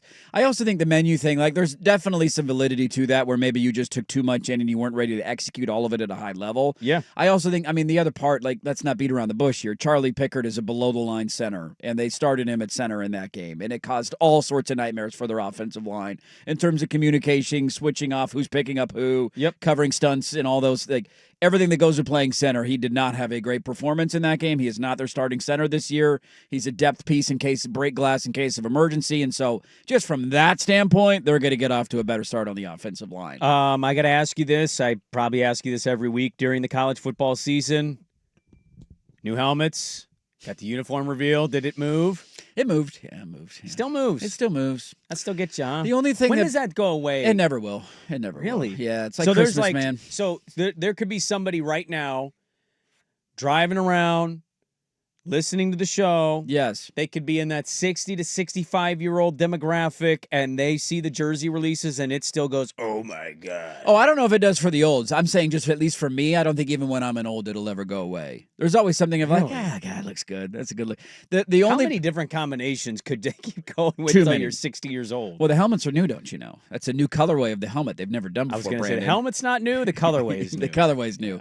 The only thing that I chuckle at every year, and they do this every year, is that they tend to wear their best uniforms in their worst games. In the most irrelevant game. Last year, their biggest games of the year were Ohio State. What do they wear? All black. The Big Ten Championship, they wore black, the darker green, and like a green. It was just like, okay. Yeah, that's right. The Washington game, just for the rivalry's sake, I'm pretty sure they wore black and silver, like the Raiders for that game. And they went silver domes for the Rose Bowl? Yes, they went green, white, and silver, if I remember correctly, for the silver helmet, green jersey, white pants, which if I was remember. An odd combo to see. Very odd combo. And then you go back early in the season, they wore their awesome new throwback jerseys, and they barely went over Idaho. And then on the road at UCLA, they wore the perfect yellow combo. And then in the big games, they're going to wear black and silver. And so that's the only part of it that drives me nuts every year. And I know I'm an old, and my opinion doesn't matter. It's all about what the players and the recruits want. I get it. But when they get to like the Penn State game and they're wearing all silver instead of wearing yellow, I will yell into a pillow. But these are 10 out of 10 no notes. Those jerseys are perfect. I'm going to do a poll question. Do Oregon Duck uniform reveals still get you excited, yes or no? Oh, yeah, it makes a move. You don't buy it, though. No, I don't. It just looks good. Just makes me feel good. Vibes are great, baby. Going into Montana State. There's two opinions. Until that game's 14-14 at the half. Yeah. What's going on? Oregon State wins by 20. Remember what we said on Thursday? That was Oregon your best the bet? easy They won by one? 10, man. You idiot. There's two opinions. If your team is an ever-evolving, changing uniform team, you love it. Yes. If your team's traditional, same two combos, maybe an occasional third one in there. I know Ohio State has one. You like tradition. You don't want to change it. I actually did have a good chuckle. My uncle, who was a diehard Nebraska fan, passed away a little over a year ago, and he used to always give me such a hard time about Oregon uniforms. And it's been a year. It's been a year, man. It was right before college football kicked off last year, and he used to call me all the time and make fun of this yellow. It is, just watching on TV, one of these Nebraska fans with their red and white never changes. And they came out with a new all-black uniform. Nebraska did for this year, which I think is hideous because they went black and white instead of black and red. I think black and red would have looked a lot better. Yeah. But I saw those and I was like, man, I wish I could call him and give him a hard time. Like, oh yeah, huh? The traditional uniforms. You guys are wearing all black now. I thought you guys only wore red and white. What are college football players spending on their NIL? And how emotional will this be? Next on The Fan.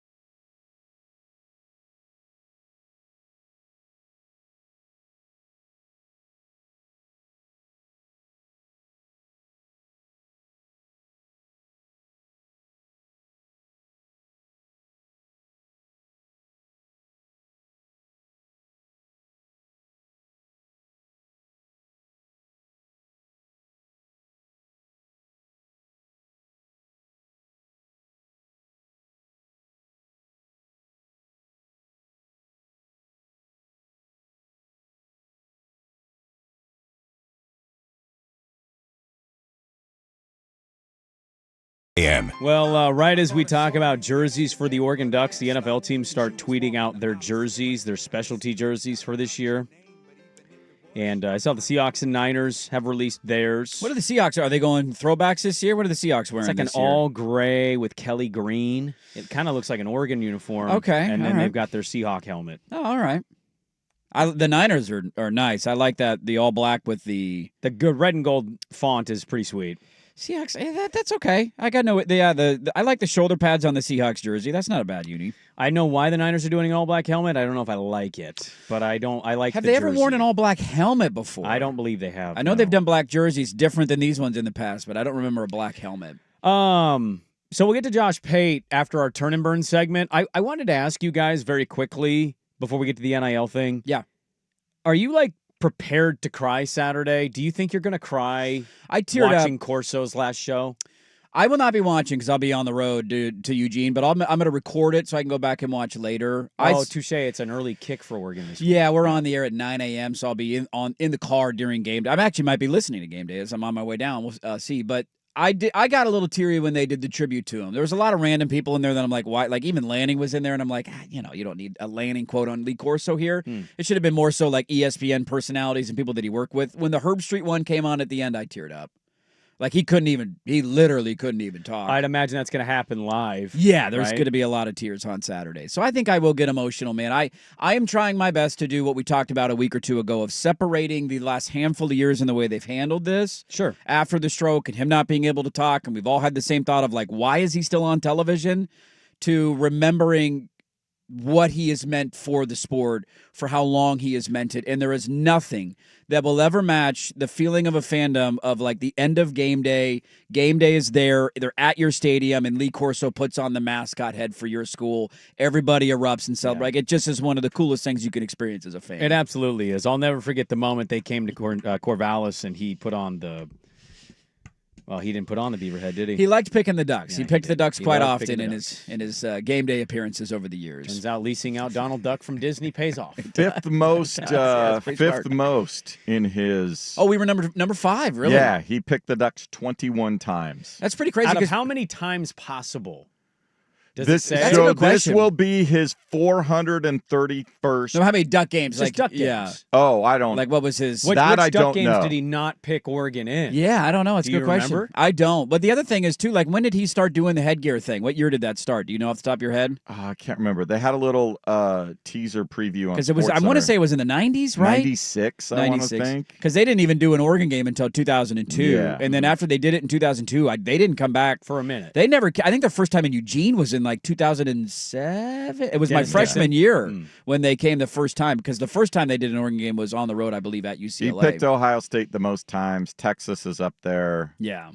But his best record is USC. He's 17-0 when picking the Trojans. Never lost a game. Never bad. lost a Trojan game when he That's a picked fun the little Trojans. fact. That's awesome, man. So I think I will get emotional when I watch it. Mandel put him on the Mount Rushmore of college football media. Dude, that's like an expansive thing that we need to get into today. Because it sparked a thought bubble for me. Well, so he's he's definitely on the Mount Rushmore. without a doubt. without Here question. is Stuart Mandel's college football media. Now, you guys asked, is it play-by-play? Is it? It's just everything. Just It's in all the general. media in college football. Who is the Rushmore? And I know you could separate this from play-by-play to TV broadcasters. You definitely could do that. Yes. But Mandel didn't. So he did Keith Jackson. Has to be. Whoa, Nelly. Corso. Yep. Musburger.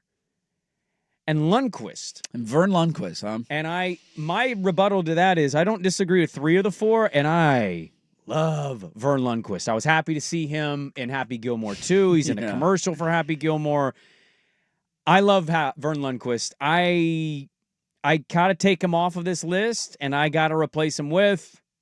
I think Kirk Herbstreit has established himself as a Rushmore. When did Kirk Herbstreit become the number one color guy? Because he did game day for a while before he became the number one color guy. I don't know when that transpired. I'm tying in the game day start Yes. with becoming the number one. Yes. It's a 30-year run at this point. It's. almost, I think isn't it's. it? Yeah. When did he start on game day? 1997, 96? He was pretty early on in the game day days. Yeah, I mean, he did that for a while, and then he quickly became the lead voice for college football for ESPN2. line too, and he's been doing that for well over 20 years. Yeah, I would argue. 96, he began as an analyst. He was Okay. doing sideline stuff. Yeah. Then he worked his way to the desk. And about 1996, he joined Game Day as a lead analyst. Yeah, I just, now that I think about it, like I'm That's with 29 years. I love Vern Lundquist too, but he was always more associated with one conference because he would call the SEC CBS games, and I know he did that just in my lifetime, so I'm sure he did other stuff 100%. prior to that. Like that's the other thing. Like we don't like him, and the conference drives us nuts. Like Paul Feinbaum is a little bit of this, like what he's carved out, the niche he has, but it's one conference specific. So you'd consider putting Feinbaum on I think there? he's in the running for it. Yeah, I don't love Paul Feinbaum. I don't enjoy a lot of his content, but I think just the name that he is and the brand that he has become done an exceptional synonymous. job, But yeah. it's just SEC stuff, right? This is where like the Musburger thing for me. I will always put Musburger ahead of Chris Fowler in terms of a national voice. Sure. So I think Musburger belongs on the list, and I don't know if I disagree with you on Herb Street. People feel differently about him, and I know opinions vary on broadcasters, but I think He's blocked belongs. me on Twitter. I'm He still has, giving yeah. him the love that Yeah. he probably has earned 29 years of credibility on Who that are we show. missing? There's got to be. Are we missing anybody?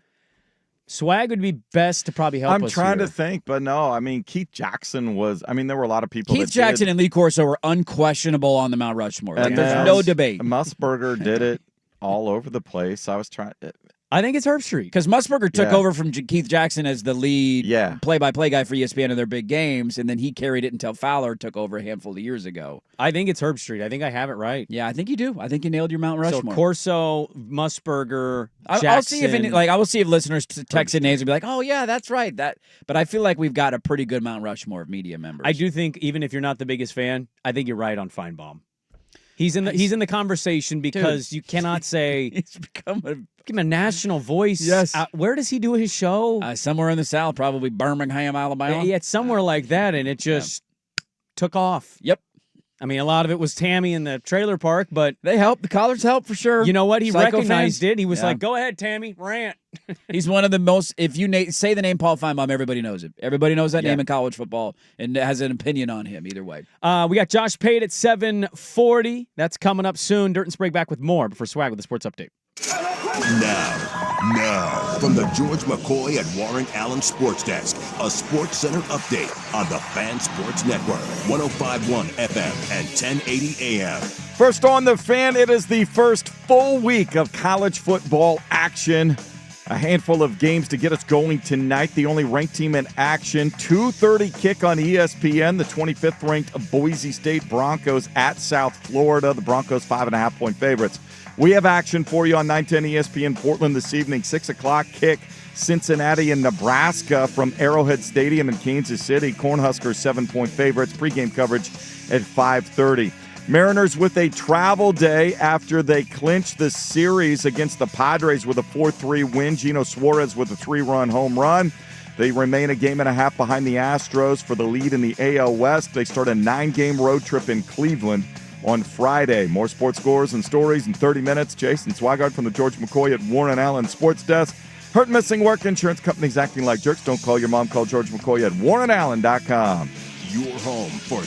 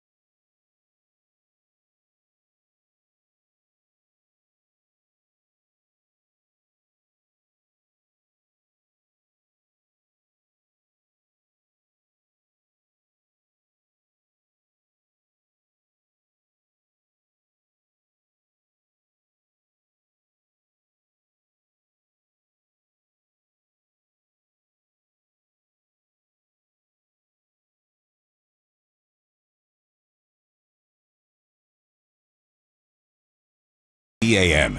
All right, we got a lot coming in here. Rod Gilmore should be on there. How did we forget Rod Gilmore?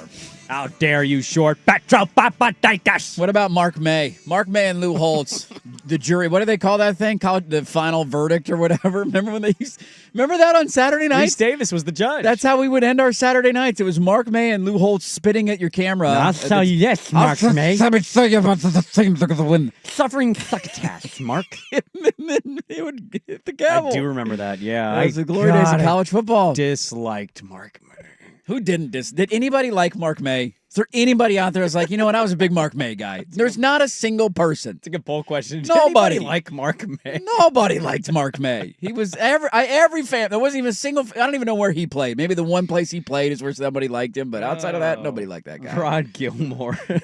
It's been one of the few silver linings of the Pac-12 dying for me and Oregon not being in the conference anymore is not having to hear Rod Gilmore call Oregon games. I don't know if he's still employed. I don't know if he still works at ESPN. There's nobody worse than that guy. Pretty sure he was on the CW last year, so thank you for that comment. He wasn't on the CW, was he? Also, I'd like to thank you again. The conference isn't dead. We've brought it back. Well, not yet. It'll be alive next year. Currently still dead.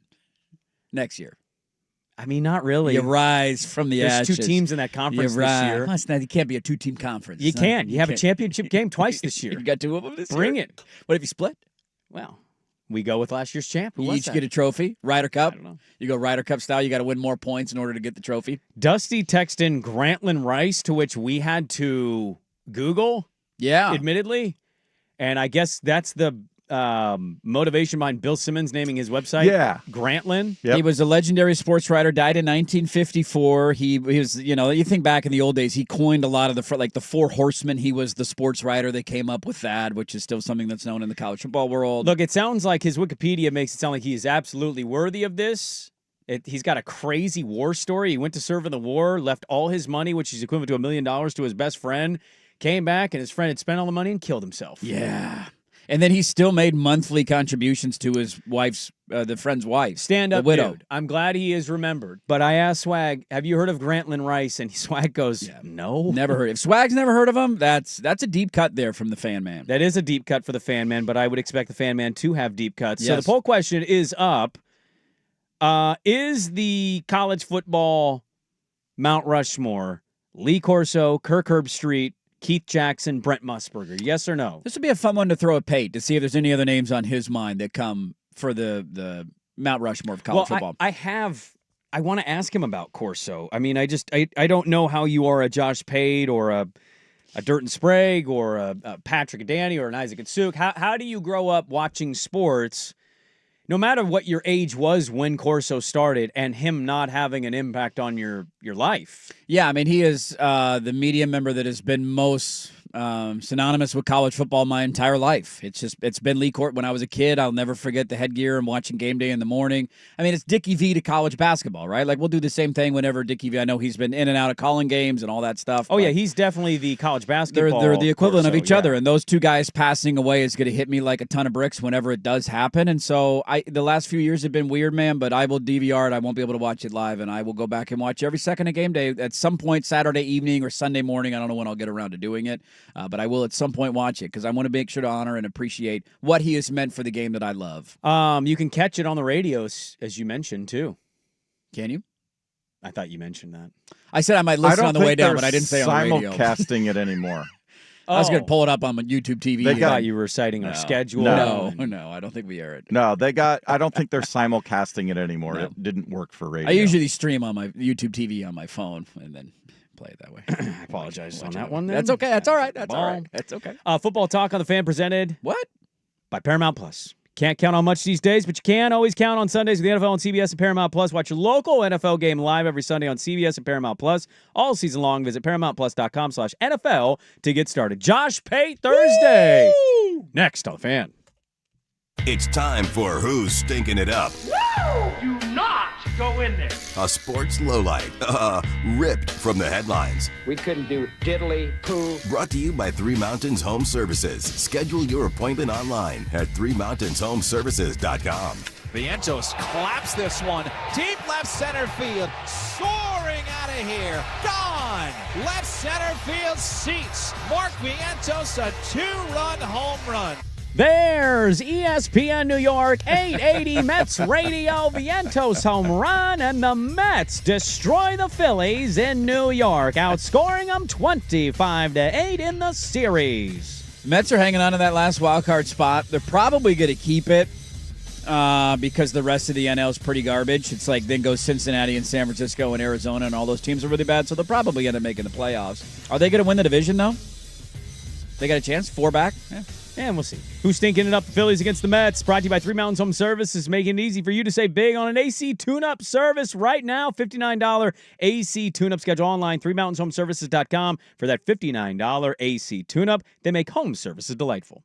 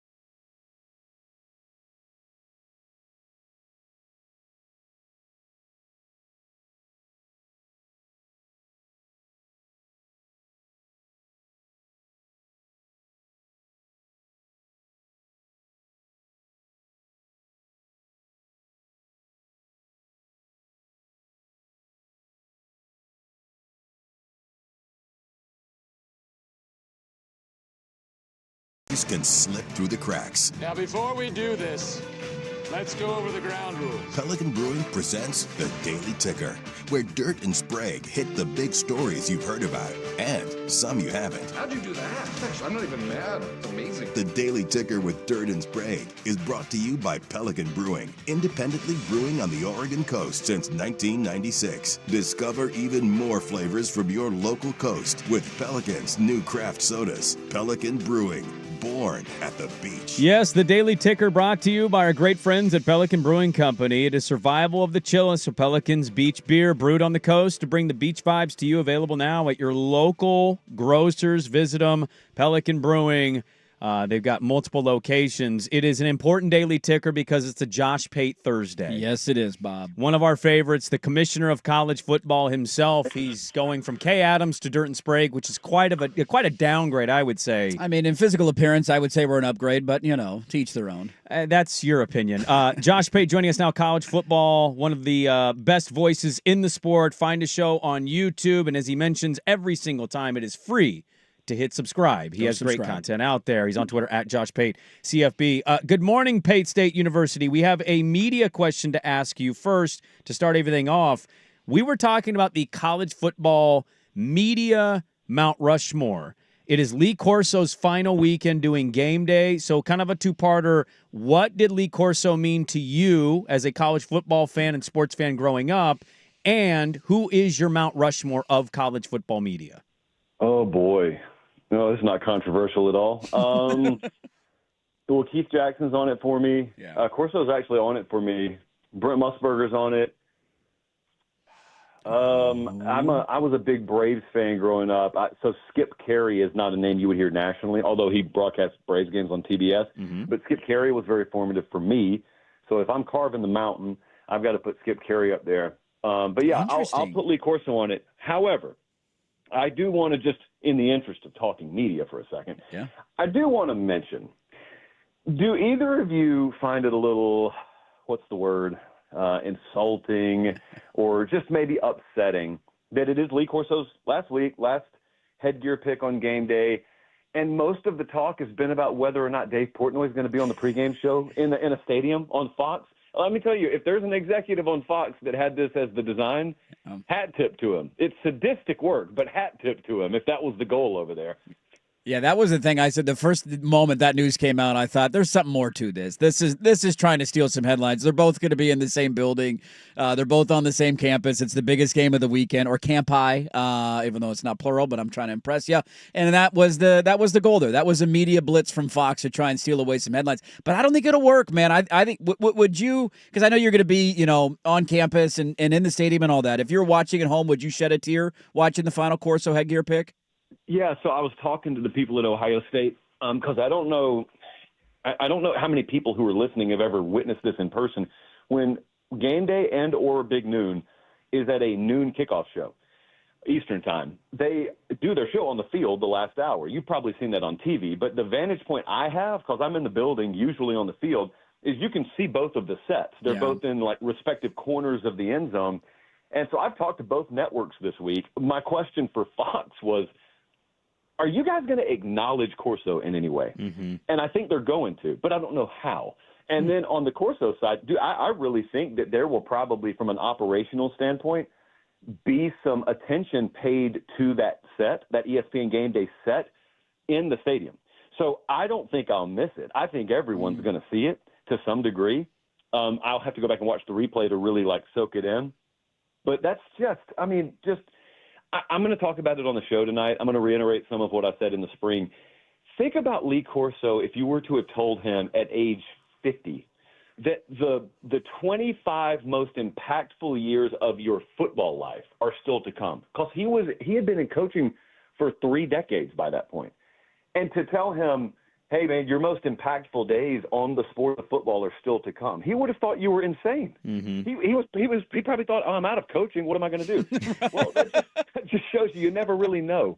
Just keep showing up to work. You never know what's going to happen. And you know what? Let that be a lesson for the two of you as well. Just keep chopping wood, baby. We keep showing up every day. Josh Pate is our guest on Twitter at Josh Pate CFB. Catch his show. It'll be tonight. He's going to have a lot to get into as week 1 is here. Week 0, a little teaser taster, and now week 1 is here. We got a lot of great matchups that he is going to discuss on his show tonight. Catch him on with Bussin' the Boys as well.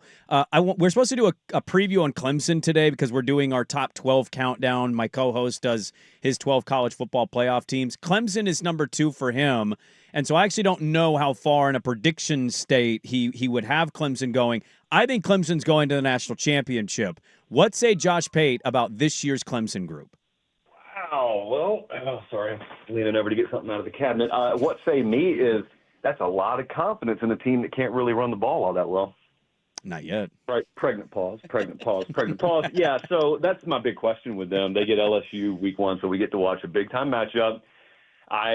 Frankly, I'm asking that question about both of those teams. So Clemson, I don't have many big questions about their personnel. My only question is their personnel that much better this year than they were last year? Because remember, no one's just saying, I think Clemson could be a playoff team. Everyone's either saying they're going to be a bust or, the buyers of Clemson are saying they can win the national championship. Well, to be able to do that, you got to be able to level up from what they were last year. And sometimes in college football, returning starters ends up being this stat that convinces people that everyone's going to magically get 15% better just because they return for another year. I mean, they got gashed at home against Louisville last year. They did not have a big win last year. And what also concerns me, it sounds like I'm down on them. I'm not. I'm just trying to pick apart maybe a national championship prediction. What worries me is they were very selectively explosive offensively. I think we did the stat on the show the other night. They were a top 20 team in terms of explosive plays per game. There were 5 games where they had 9+ explosive plays or something like that. Or maybe that was backwards. But they had a lot of explosivity in totality. You zoom into their 3 games against SEC opponents, they go 0-3, and they were 14 of 40 on third down. So my concern is that was just, it happened to be SEC teams they played, but really just replace SEC team with good team, high-level top 10 team. They didn't scale their performance. So if they can't do that again this year, they don't get exposed a whole lot because they're playing in a weak conference. But eventually, if you get to the playoffs, you do have to face quality competition. So that's what would concern me about that. But then I'll just let you save your breath. I'll make your rebuttal for you. But if not Clemson, where are all these elite teams out there that are definitively better than them? Well, that's a good point you just made. That's a very good point. Thank you. you. Should have your own radio show. It's wonderful. Absolutely. I don't know. That's why I'm not just swinging the sledgehammer on anyone's prediction. I hope no one does that on mine. I don't know. That's why God is going to have us play the games, and we're going to sort it all out. But, look, it could be that Dabo pulls a miracle this year. It would be the biggest I told you so in a long time in the sport. Or it could be that you find yourself after a few weeks saying, why did I buy into Clemson? This is just more of the same. That was a wonderful counterpoint. Thank you. I really put a lot of effort You into that battled hard there. Absolutely. I'll give you 1 point each for your debate there on the debate stage. Now, speaking of predictions, you made your playoff and season predictions on how it would shake out. The emotional damage that your prediction would cause me, I don't even want to begin to calculate how long it would take me to recover from that. Probably months, more so than weeks and days. So for those who haven't seen it, how do you explain your playoff picture and what it looks like in the championship? And then on that note, I think your friends at FanDuel have lowered the over-under on the Oregon Ducks, I believe, down to 9.5. 9.5. Yeah. Sub 10, 10.5, which is where it's been most of the offseason. How does Josh Pate feel about that Vegas movement? Should I feel appreciative or disrespected that they do that? That's a big partner of mine. Yeah. I throw the pick out there, and it's almost like they say, oh, yeah? Well, we'll prove it. Prove you feel that way. I guess I should feel confident. So I assume, for those who are listening that don't know, you have taken a little umbrage and you're very hopeful that I'm wrong on the prediction of Oregon making it to the title game. That's not the bad part. The bad part would be facing Kalen DeBoer and losing to him. That's the part that upsets you? Yeah, Yep. that one would sting, just to say the That'd least. be 0-4 against Kalen DeBoer? Look, losing a era? title game is painful. I've seen my team do it twice. It's not a fun experience to have, especially when you're in the airport the next morning, but the losing coach would make it even worse, for sure. Yeah, plus 0-4 against Kalen DeBoer rhymes enough for Washington fans to put it on T-shirts. So we cannot have that happen. No. However, I'm predicting it to happen. I watched those two teams practice. Those are the last ones I went and visited before the prediction. It has absolutely nothing to do with the fact that I made that prediction. I don't know. I just believed in them. I mean, like I said a second ago, there's just no slam dunk to me. You're trying to pick. I equated it to the Nashville skyline the other day. I don't know if you guys heard that.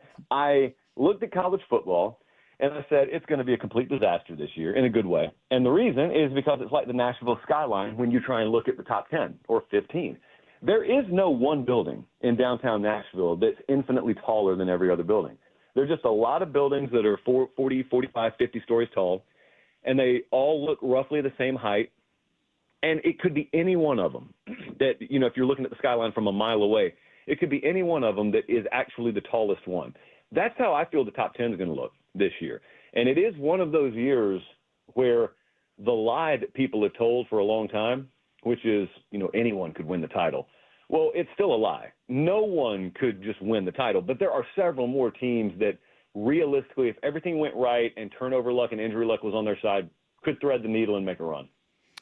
Josh Pate is our guest here. We have him every Thursday at 7:40. Josh Pate, CFB on Twitter. Give him a follow. Subscribe to the show on YouTube. I remember hype for quarterbacks recently and throughout my life in college football, Josh. I'm sure you do too, especially ones that had started the year prior coming back for another season. The art stuff just feels a little different. Like you can give me a lot of names and rattle them off and say, remember this year, that guy. And I'll say, yeah, the art stuff is we've seen him in spots. We've seen him start just a couple games. It's as through the roof as I've ever seen. What do you make of the arch noise going into week 1 against Ohio State? Yeah, I got to be honest with you. People keep talking about the arch hype, arch mania, and stuff like that. And I don't see it. And I'm in college football every day, so that sounds insane. I'm not actively participating in it, and I don't watch most of the mainstream shows. And I think that's why I'm missing it, because I assume the mainstream shows, anytime they're talking college football, it's just dominated with Arch Manning. But that stuff's useless to me. So I don't really consume any of that. I consume the more in-the-weeds stuff you actually learn something from and are actually entertained by. Those shows, first off, they're normally year-round. So anyone who's doing a year-round college football show has gotten very tired of talking about Arch Manning until he plays a full game, until he actually is a starter for a full game.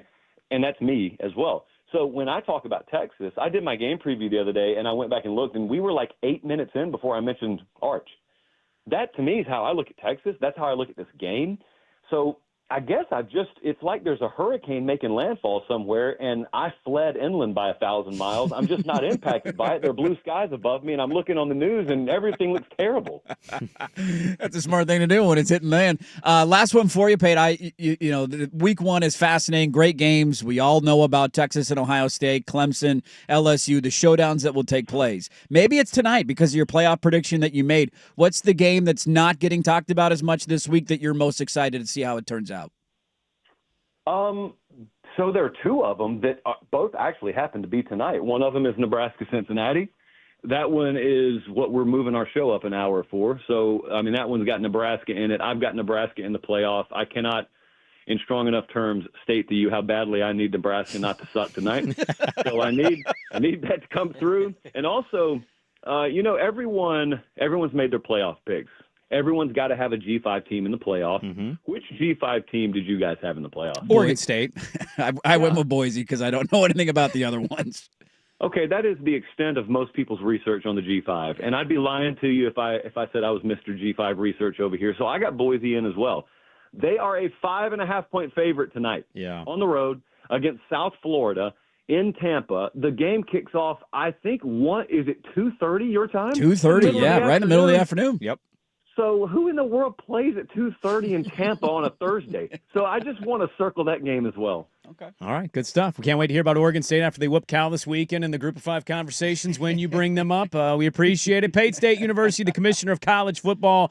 He's blown up this year in a way that he never has, but he's doing a great job. Catch the show live tonight on YouTube. It is free, as he mentions. Hit subscribe and catch him everywhere. He is on every network, literally, and he's on our show every Thursday at 7:40, on Twitter at Josh Pate CFB.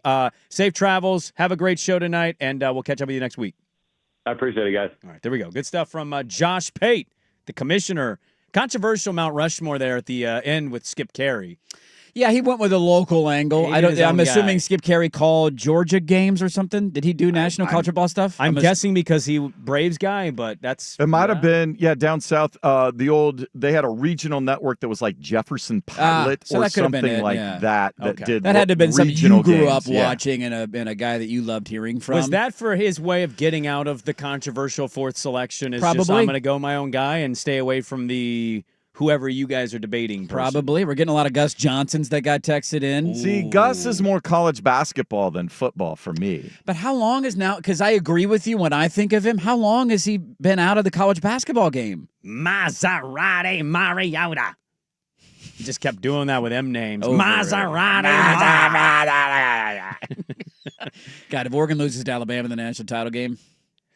Washington making a shirt that says 0-4 against DeBoer is primo, like prime marketing. I mean, that's pretty solid. He also was the next great coach in your program's history and then left. It's just funny trolling. I mean, it is funny. It is. Care about the rebuttal by Oregon fan, like 0-4. What if Jed Fish goes 6-6 this year? Look at you. You're all pissed off now. I am. I'm getting angry. I'm lashing out emotionally. Well, I think we could carry that over. Sure. I find it interesting. I feel more people in our region, and there's probably some wearing green and yellow, that believe.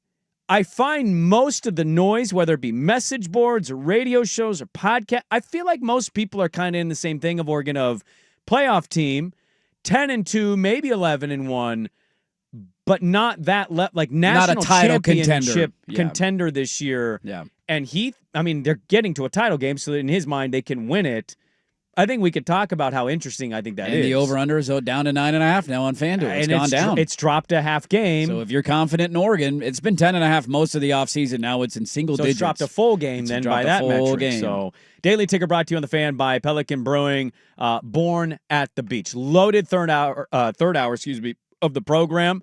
We'll talk with Mike Doc Parker at 8:30, get an Oregon State preview. Hour 3, Dirt and Sprague on 105.1 The Fan.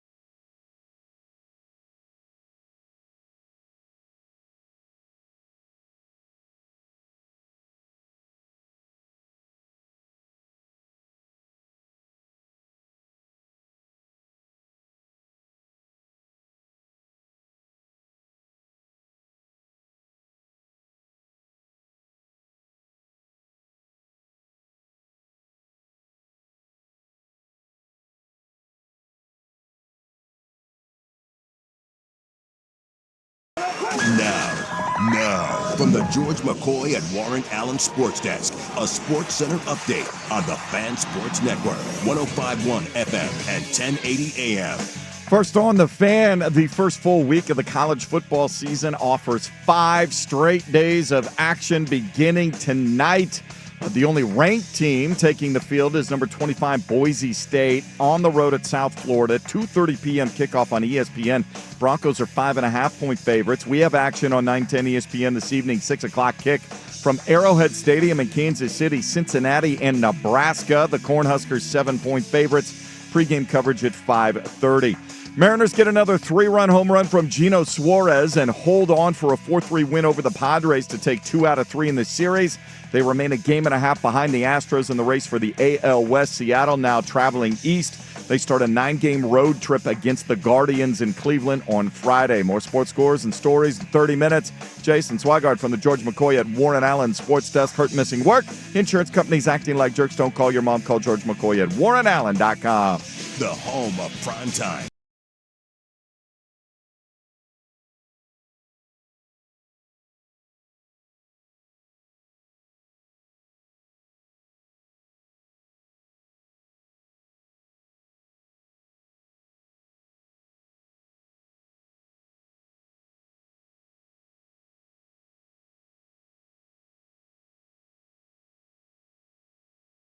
Dirt and Sprague here on Portland Sports Leader 105.1 FM The Fan. Live on YouTube. 2 inches is a lot, buddy. The Odyssey app. Thanks for hanging out with us on a Thursday. College football is back. We have a quote from a player in a game tonight that is real. And I don't really know what to make of it, but we will talk about it. We have a quote from a head coach talking about his program and taking a steaming dump all over the coach who came before him. Let's go! Which I kind of enjoyed because I don't enjoy the former coach. So we'll get to that fun with audio. Lots to get to. I totally get you don't enjoy the former coach, but I find their fascination and constantly It's hard to quit your ex, him man. up. Unless you move on to immediate success with your new coach, it is very hard to quit your ex. Like Arizona does this with Jed Fish. Like if you lose your coach, do they? Yeah, there's a weird. What did they fascination. accomplish under Jed Fish? I mean, he won 10 games his last year there. How many 10-win seasons does Arizona have in their history? I guess probably the one that I can think of is Rich Rod. Yeah, I don't think there's a lot to the point. I don't think there's a lot of 10-win seasons in Arizona football history. Okay. I was going to bring up an X conversation today, but I might host for that for tomorrow because it's Football Friday. Tomorrow is a Football Friday. Yeah. The return of the Big PP picks are here. We will make those picks every Thursday on the show. You're going to have to explain what the Big PP is. We will get to it. The combination of the Big, the B1G, and the Pac-12, and we combine them and smack them together. And the 4 Northwest schools, Washington, Washington State, Oregon, and Oregon State against the spread. I have our records from last year. Do you guys remember who won? Well, given the nature of nothing happening from you losing Sprague line, I would say no. I've moved on from the Big PP. It's already a new year. You flushed last year's performance. I'm assuming I didn't do well in the Big PP. You won last year. You were 26-17 on the year. Boy, I cleaned up last year. You cleaned up gambling on these games. I think you should drive to A&A every week. This is your lesson right now. After the show on Thursday, get your ass up north, get your bets in, and you'll make some money on the college football season. So we'll go through that. And then, of course, Mike Doc Parker coming up at 8:30. Continuing on the Oregon conversation, it should be noted, too, they had the coaches show last night with Jerry and Georgie, and I listened to that. Not a lot to take out of it. You're getting most of the same stuff from Lanning at this point. He's ready for the game to kick off. I did find it slightly interesting, at least, that in his post-practice press conference yesterday, there was not an announcement made because they're not going to make an announcement, and I should probably just stop complaining about this every August. Well, it doesn't have to be a complaint, more so just be like, okay. Crepia did report that he's never actually officially announced his era a quarterback. We knew the starters a couple of those years, but idiots like me wanted a tight end for Tulane to maybe start in year 1 over Bo Nix, but I digress. We don't need to revisit that. We don't need to revisit that. But he was asked questions at his post-practice press conference, Dan Lanning, that is, yesterday. And they were essentially, to paraphrase, like, how is Dante Moore's week of prep gone, getting ready for his first start? And it was the first time all of fall camp that Lanning just answered the question without pivoting to talk about Austin Novosad and Luke Moga in the same answer. And so he essentially let the cat out of the bag without letting the cat out of the bag. I think we all know at this point that Dante Moore will be the starting quarterback. And so that happened yesterday. The over-under is very interesting on FanDuel, dropping down to 9.5, because there's a wide spectrum of opinions on how Oregon is going to be this year. Guys like Danny Morang think they're going to lose 3 to 4 games. We have a commenter on YouTube saying if they had a harder schedule, they would lose 5 this year. There was a host. 5, yeah. 7 and 5 would I don't know how much harder you would throw Ohio State in there. What else are they missing on their Big Ten slate? Nebraska? Are we shaking our boots over that one? I think it's their non-conference. People might reference there, Okay. but how many teams in the Big Ten have a harder non-conference schedule than them? when did they schedule Oklahoma State? Long time ago. Okay, I mean 10 years ago, probably. So at that point, Oklahoma State was a good non-conference opponent. I mean, Oklahoma State's been a good program for a long time. They haven't quite been the same the last couple of years that they were maybe 10 years ago under Mike Gundy. There was a host, and don't worry, I saved it. I didn't want to pull it because it's kind of a long-winded thing, but there's a host down for an SEC radio station and SEC college football show in Birmingham where they do all year-long college football talk, and they were giving their hot takes for the upcoming season, and he predicted Oregon being the team that continues the trend of starting the year ranked inside the top 10 and falling all the way outside of the top 25, which has basically been every year that the preseason polls come out. There's we go over those numbers when the rankings are released. There's one team in the top 10 every year that falls out, and last year it was Michigan and Florida State, so he's predicting Oregon's going to be that team this year.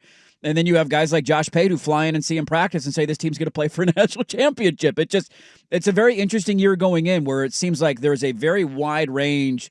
And this wasn't necessarily the case last year. Everybody was almost in unison of them being elite. I don't know if they won the championship or not, but they belong in the conversation. And this year you got takes from they're playing for a national title to they're going to go 7-5 and be on the outside of the top 25 at the end of the year. I think the uncertainty of other teams, and I understand everything he mentioned about Clemson, who I think can get to the national championship game. Yeah. My rebuttal to are they going to have a run game would just simply be they're bringing back all their leading receivers. Their line is super experienced, and Klubnik is back again. I know they didn't have explosives as much as people wanted to. Let's wait and see on that one. Also, their 2 leading edge rushers are back, and their defensive tackle. Oh, and their linebackers and their 2 big interception guys in the secondary. That's a lot of experience. They feel like a lock if they win on Saturday to make. They're one of those teams if they win that game on Saturday, they're not losing twice in the ACC. They could lose to LSU on Saturday. They could, but I tend to agree with that. If they win Saturday, it's over. Who's beating them? Somebody might get them at some point, but they're not losing more than 2 games in the ACC. Look, I've been as critical as Dabo of anybody. I also will tell you, Dabo Swinney knows how to coach football. Yeah, he wins 9 games every year. And win 2 national championships on accident. The tough thing I think I have with Oregon is not about the playoffs. It's just when you tell me what their ceiling is, I don't see national championship. But I think in other years with Oregon, Mariota's last year, before Idaho and the Boise State stuff, you could have pointed to that last year's team with the experience. There's 3 or 4 teams you could have pointed at and said the experience to do it, and they didn't do it. Now they got close with Mariota. But I don't look at this team and see national championship. I think there's a handful of teams. It's a very fair assessment for a lot of new players and a lot of new faces. Which is why I was surprised he had them going to the national championship. The Big Ten title game, I can see that. Yeah. 11-1, sure, why not? I don't think I look at this team as a national title contender, even though it's a year where we've kind of been saying the sport feels open. There might be 10. I don't know if there really are 10, but I also don't know if I have Oregon quite in that conversation. Yeah, I mean, to Pate's point, I think one of the reasons he's a believer in Oregon, and he said this on our show last week, and he's talked about it on his show, where he views them as a rising stock, if you will. That they're probably going to lose to Penn State early in the season because they're going on the road. Penn State has more experience, and they're returning more guys, and it's in the wideout environment. But I think he views them as a team with all the youth and experience that they have, albeit talented, they just haven't played a ton of snaps, that he thinks they're going to peak at the end of the year. I think that's the main argument from a guy like Josh Pate, is that you can have these question marks about certain position groups and players early in the season, but as the year goes on, he thinks the young guys get better, and then they peak at the end of the season and are ready to contend for a national title. Mm-hmm. The part of it, I don't think what you said is wrong in any way. I tend to agree with you. I don't view this team as a team that I go into the year thinking I got a really good shot at winning a national title this year. I've said that each of the last 2 seasons going into the year. 2 years ago, they ran into a Washington team that's a once-in-a-generation offense with an elite quarterback that they couldn't get over the hump. Those are only 2 games they lost that year. Last year, it was a super team in Ohio State who they were able to beat one time, and the second time was too much to ask for, and they got ran out of the building in the Rose Bowl after a tremendous season. I don't have that thought going in. I guess what I just kind of chuckle at is the extremes that other people are willing to take it to. Of there's a difference in saying you don't think there's a national title team to you think they go 8-4. That is a big difference. And maybe it's some USC and Washington are better than we think coming into the year. Maybe it's Iowa actually having a functioning offense They're going into the happy with season. that one quarterback. Dude, he had one highlight in a practice throwing a 5-yard out, and they, pitched the a offense tent. is buzzing in Iowa. Gronowski, we'll see how it works out for you. I'll believe it when I see it that Iowa has a functioning offense. Yeah. But that's the part that I chuckle at. You tell me you don't think they're going to win a national title. Like, yeah, dude, there's a lot of new faces. I don't blame you at all for that thought. 10-2 playoff team, I think, is a good year. Win a playoff game, cherry on top. But to say that they go 8-4, 7-5, that's taking it to extreme that I will point at you and laugh and just ask where are the 4 or 5 losses on this schedule. Well, they go to 8 well, I think the 4 they would point to are Penn State, sure, Washington in this scenario, Washington, USC, and tripping up against Indiana at home, who catches you sleeping a little bit. You're or coming off Iowa. A bye for that game, so I don't have a huge fear there, and you get them at home. I don't see that either. Yeah, that's not the kind. I think they're 10-2. That's probably the most universal opinion of the team I think I've heard is 10-2. Yeah, 11-1 is certainly an interesting one. Like for a team that's quote unquote restarting in a lot of key positions, especially at quarterback. 11-1 is like you're through the roof. Yes. If they go 11-1 this year and your only loss is Penn State, or even if you beat Penn State and say Iowa or one of these other games you're talking about trips you up, 11-1 is an unbelievable season. And I think I have this right. I should have brought up the stat, but I just remembered. I think yesterday Alger told Harrison Meringue that if he wins 10 or more games this year, he passes Chip Kelly in the same time span. That sounds right. So like 11-1 in a year that you're saying you're restarting a little bit, even though we're talking about 4 and 5-star guys and you've portaled your offensive line a little bit. That's still like, that's our quote unquote somewhat down year, and we still might be 11-1. Right. You're through the moon on that. 8-4, I don't see it either. 9-3 isn't an impossibility to me. I think it's in the realm of things. If you're 10-2, one difference of games shouldn't be make ball or break. bounces one way or the other, a turnover here or there, you could lose that third game, no doubt. 8-4, there'd be conversations, interesting conversations going on of like how did that happen? How did it happen? Yeah. Sure. All I'm going to say is for the people who are predicting that type of year this year, which hey, it's the beginning of the season. I don't have a crystal ball. I have no clue how the season is going to play out. If I did, I'd fly to Vegas and put money on it right now. I also don't feel like I've seen a lot of that. I know there hasn't been. Danny might think they can, or Feldman might think 9-3. I don't know who else has had like an 8-4 type of prediction. There was the guy in the SEC who predicted. I can't remember his name off the top of my head, but don't worry. I saved the video for when they don't have that record, and I will play it back, and that will be on my Twitter timeline come December if it doesn't happen. My only ask is if you do think they lose 4 or 5 games and they struggle, do not turn around at the end of the year and say, well, of course they went 10-2 or 11-1. They have the best roster money can buy, because you can't have it both ways. You can't go into the year saying they have all these new faces and they're going to have a bad year this year, and then turn around at the end of the year and say, well, yeah, Phil Knight paid for that roster. Of course they won 11-1. Can't have it both ways. That's my only request. It all begins on Saturday against Montana State. Josh Pate has them in the national title game. We'll see how the year goes for them as their journey begins Saturday. I want to get to a couple of college football fun with audios. One coach taking a shot at his predecessor, and one player said something about what they're going to do in a game tonight, probably the biggest game of the night. What do we make of it? College football fun with audio next. 105.1 FM The Fan.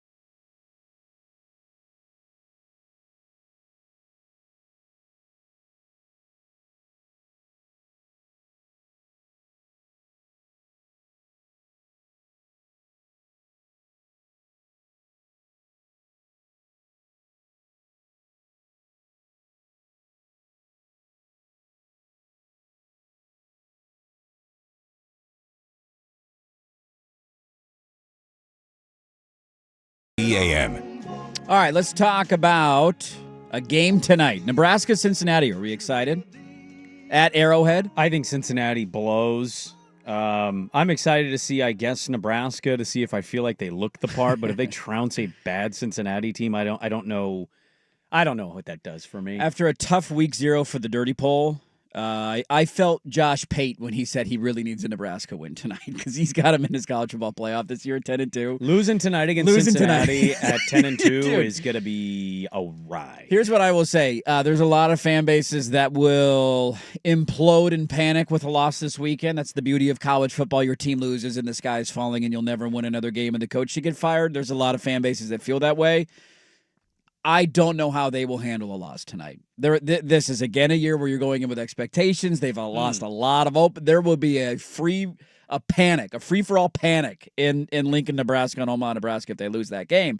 One of their players says, though, you got nothing to worry about, okay? We're feeling good going into the year. We play Cincinnati. And he said they're going to make the fans do this tonight. We're finna make people in wheelchairs stand up. You heard me? Yeah. Get like that. Tell you. That is Deshaun Singleton. He's a defensive back for Nebraska, and he said they're finna make people in wheelchairs stand up tonight when they beat Cincinnati. That'd be pretty powerful. That'd be pretty powerful. I'm going to give them that credit. They have the power of Jesus. You can walk again. Their Congratulations. Cincinnati's quarterback is Brendan Sorsby. Yeah, You can't lose this game. You just can't. If you're Nebraska, you cannot lose this game. Satterfield's still the coach there. He's still there. I know. He's still hanging on. He's hanging around for a while.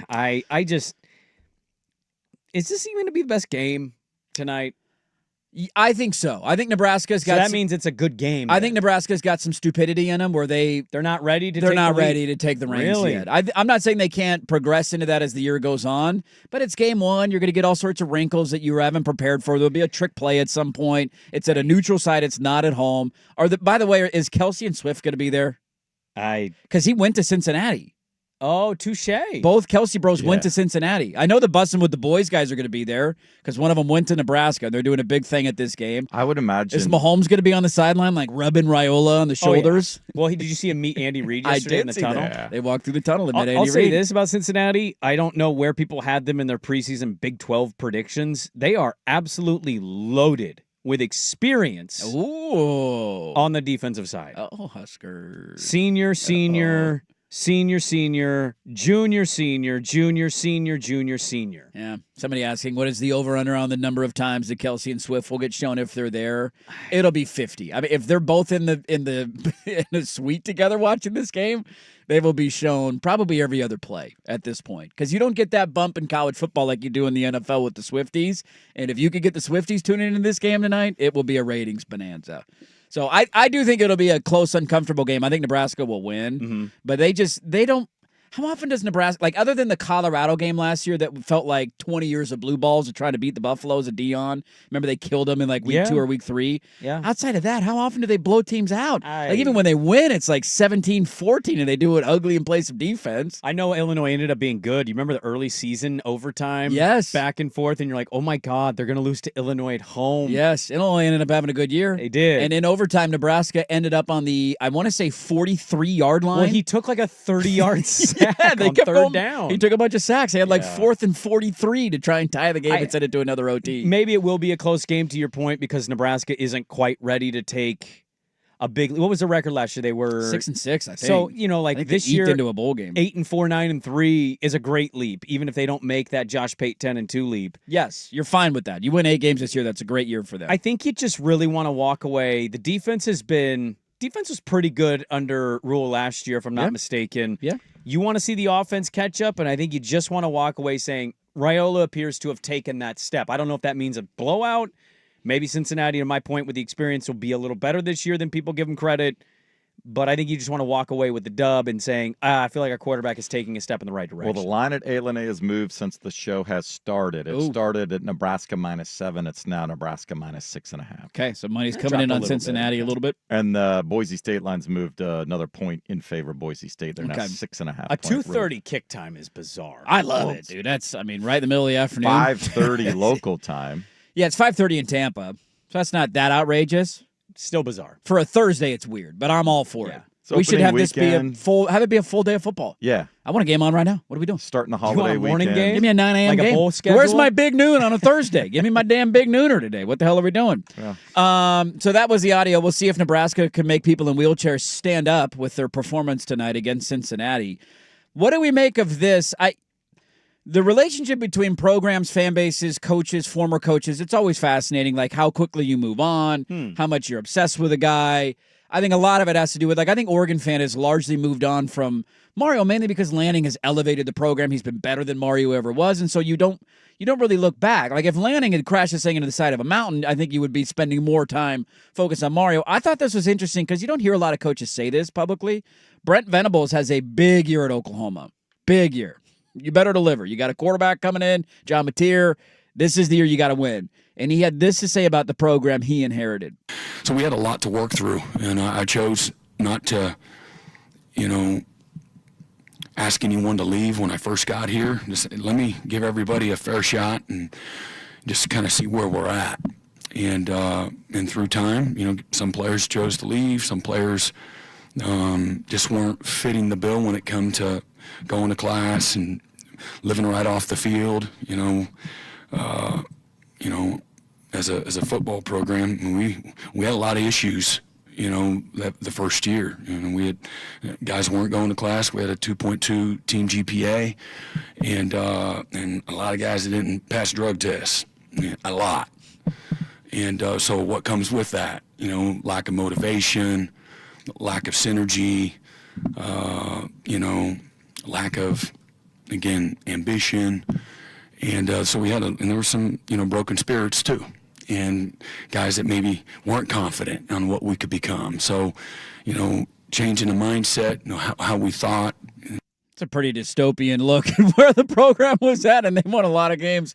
I think they won 10 games in the last year Lincoln Riley was there, if I'm not wrong. The problem with this, look, their fan base is one of the fan bases that they've had a hard time moving on because of the shocking nature of Riley's departure, I think. Yeah, so their last year, he was... I'm going to say he won 10 11 games. and 2. Yeah. He was 11 and 2. They won the Alamo Bowl. He shocked everybody. Caleb came in halfway through the year. Game. Yeah, Rattler was the starter at the end of the year, and then Caleb came in. I mean, I get it. I do, but you went 6-6 in year one. You went 10-3 in year two. I'm sorry. At this point of that world of college football. With Dylan Gabriel, quarterback. Look, you can point out all the flaws. Obviously wasn't a perfect coach, and he has his own hot seat struggle bus stuff going on in Los Angeles. I find it very bizarre that by year two you won 10 games. Last year you went back and won 6-6, and now you're bitching and moaning about what the program was left like. Yeah, going into year 4. You're in year 4. Into year 4. Why are you still talking about what the program conditions were? 6-6 might not have been an ideal start, and yeah, maybe you had a few positive weed tests, and your team GPA wasn't stellar. You went 6-6. By year 2, you had Dylan Gabriel as your quarterback. You won 10 games. And you won 10 games. What are we doing here? Sounds like you're making an excuse for why you were 6-6. Yeah. And we'll see what you are this year. I like Brent Venables. I find the whole Lincoln Riley obsession odd. It's year 4. Move on. Time to move on. It's a strange thing that happens in college football when coaches leave in that nature. There's an obsession, especially with some, the way that they leave. And I will always reiterate, I think if Oklahoma won 10 games in year 2 and then backed it up with 10 wins last year, I don't think they're talking about this as much as they would be. But going 6-6, you're looking for excuse. I don't even know if excuses is the right word, but you're just looking for reasoning of why things have not continued on the trajectory that they were on. And so you blame the former coach, and you blame the GPA, and you blame the work ethic, and those kind of things start to come out. I mean, I know they're very different people, but you didn't hear this one time, to my knowledge, with Jonathan, who got handed a worse situation, Jonathan Smith or Brent Venables. Yeah, Trent Bray is. Yeah, he went 2-10, 5-7, 2-5. Oh, you're saying when he was at Oregon State? Yeah, blaming Yeah. Gary Anderson for leaving the cupboard bare. Yeah, you didn't hear a lot of that. Yeah, from him. year 4 he went 7-6. He didn't even in year 1 they went 2-10. He just went to work and eventually he got better. I just. It's an interesting move. I don't know, man. Big year for them this year. I like Oklahoma. Mateers, I'm excited to see what he is. I just move on. Yeah. What are you talking about? Especially, Team it's one thing for 4 the years ago. It's one thing for the fan base to do it, another thing for the coach to do it. That's what makes this one kind of stand out. Because fans will always, gripe and complain, and this guy left, and he did this or that. That's fine. Fans can do whatever they want. It's different for the head coach. Even if the question was what you've been building, and this is year 4, I don't know. I still find it a very odd thing to still be bringing up in your fourth year. Yeah, it's a fair take. Speaking of Oregon State, what are the expectations for them this year? Mike Doc Parker, the voice of the Beavs, he's going to hop on next, get his thoughts on the Cal opener, where they're going in year 2 under Trent Bray. That is next for your Swag with Sports Center. Now, from the George McCoy and Warren Allen Sports Desk, a Sports Center update on the Fan Sports Network, 105.1 FM and 1080 AM. First on the Fan, 5 straight days of college football action begins tonight. As week 1 gets underway, the only ranked team in action will be the 25th ranked Boise State Broncos on the road at South Florida. 2:30 p.m. kick on ESPN. The Broncos getting some late action at his moves. They are 6.5-point favorites now. After that at 6 from Kansas City at Arrowhead Stadium at Cincinnati and Nebraska. You'll hear that on 910 ESPN. Portland, the Huskers 6.5-point favorites. Our pregame coverage will start at 5:30. The AL West race remains tight between the Mariners and Astros. Seattle beating the Padres 4-3 on Wednesday. They stay a game and a half behind Houston. They head out on a 9-game road trip beginning tomorrow against the Guardians in Cleveland. More sports scores and stories in 30 minutes. Jason Swigart from the George McCoy at Warren Allen Sports Desk. Hurt and missing work insurance companies acting like jerks. Don't call your mom. Call George McCoy at warrenallen.com. Sports Saturday.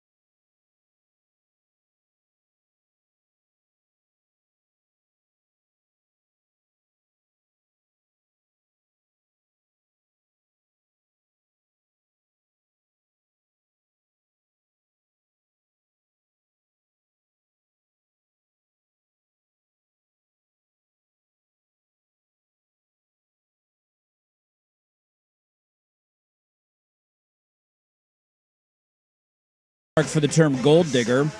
Oh. That happened. Danny Meringue sent me a picture of a guy in a wheelchair crossing the road as we literally played the Nebraska audio. Oh, did we? The guy standing up. They're going to make him stand up tonight, dude. We'll see if they can get it done. That guy's getting excited for football. Speaking of being excited for football, your Oregon State Beavers got a game on Saturday night down at Reser Stadium. You got former conference foe, the Cal Golden Bears, coming to town, and joining us now to talk about that. A longtime voice of the program and great friend of our program, Mike Doc Parker, MEP OSU on Twitter. Go give him a follow. Doc, good morning to you. How excited? Football's back, baby. How we feeling? Well, I'm feeling good, guys, and it's good to be back on with you. Andy, thank you for saying the word program that way because, it's interesting. There's a movie called, I think, or whatever, the program is how I've always said it. Well, he's got a good program. Yeah, they're building a good program there. But you hear different iterations of it, and you hear people say program.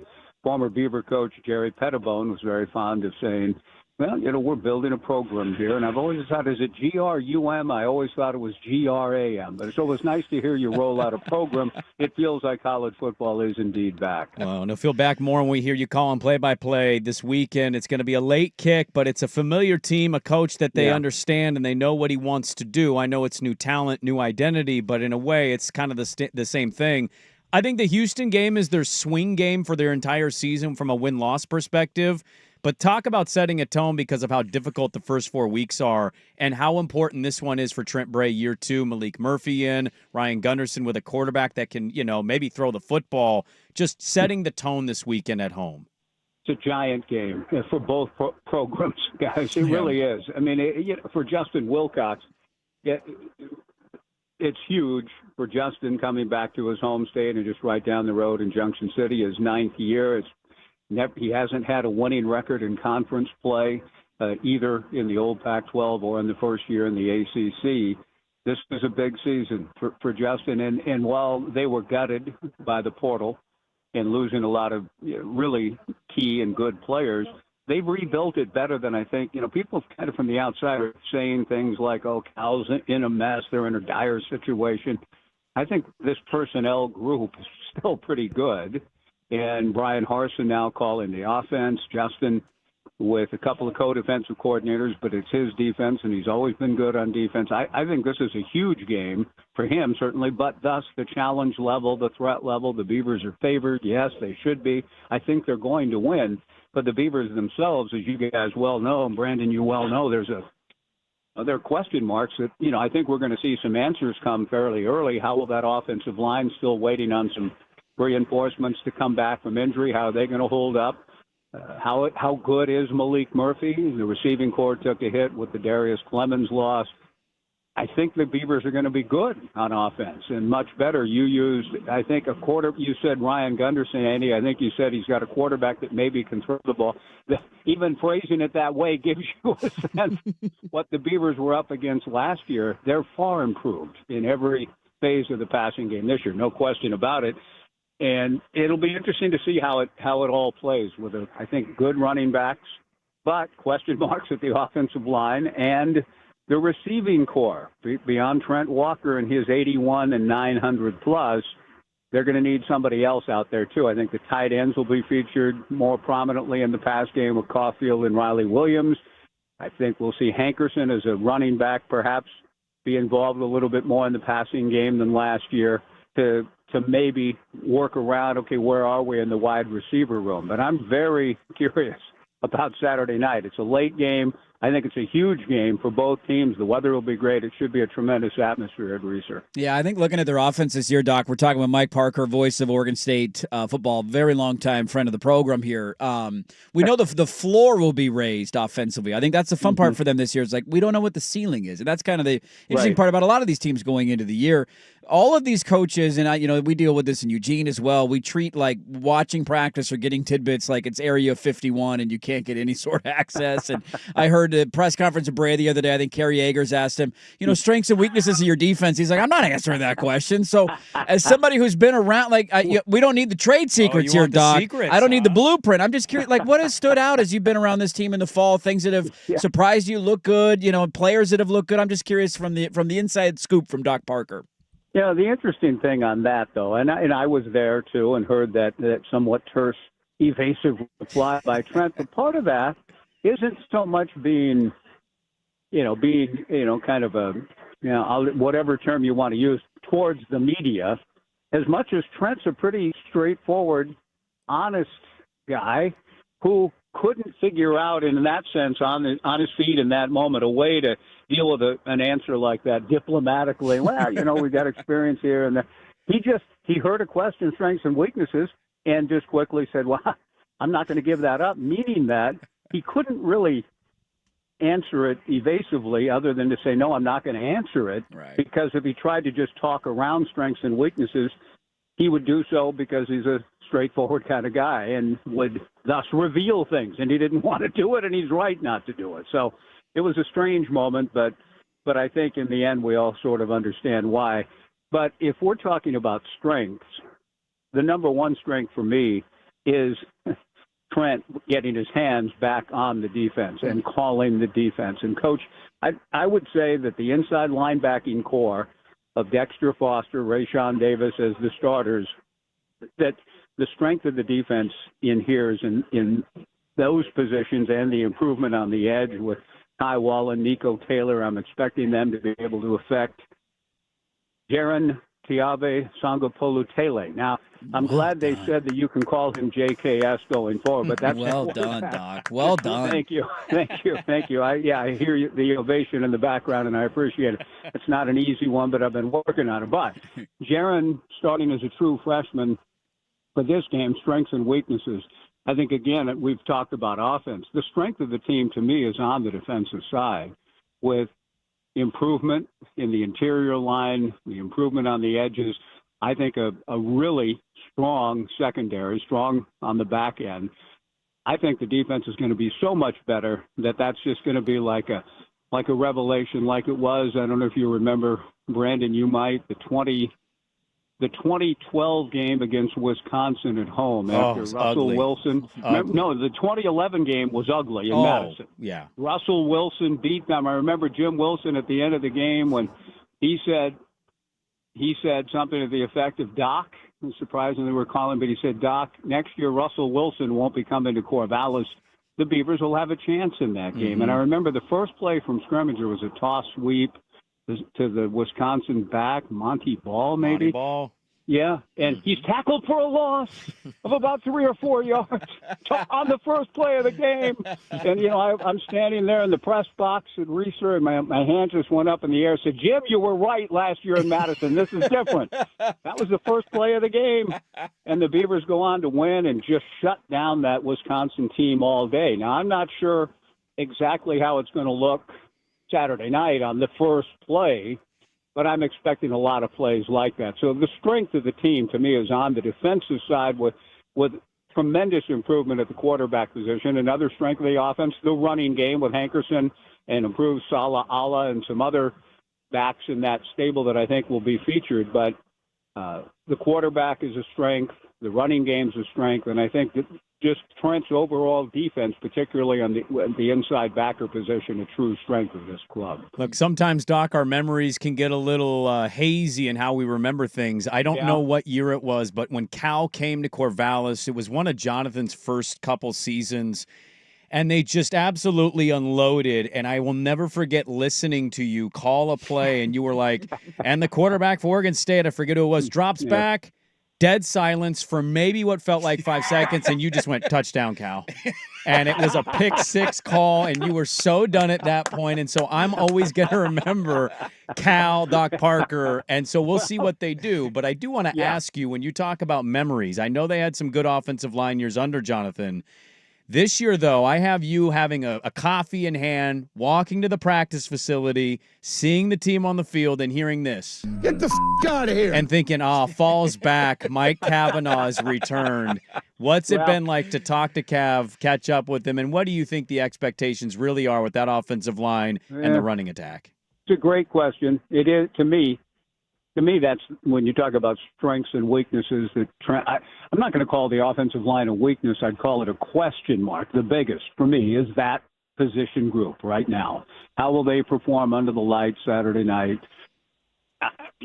let's just, I mean, they're not as formidable as some of Cavs lines, that guys go on to the NFL. And when the Beavers were having the best run of the modern era between 2006 and 09, 4 straight seasons where they were really good, in all phases and up front and sacking the quarterback with Mark Banker's defense. Those were the best. That was the best run, 4-year run, 06 to 09, when they were in the hunt for the conference title and all of that.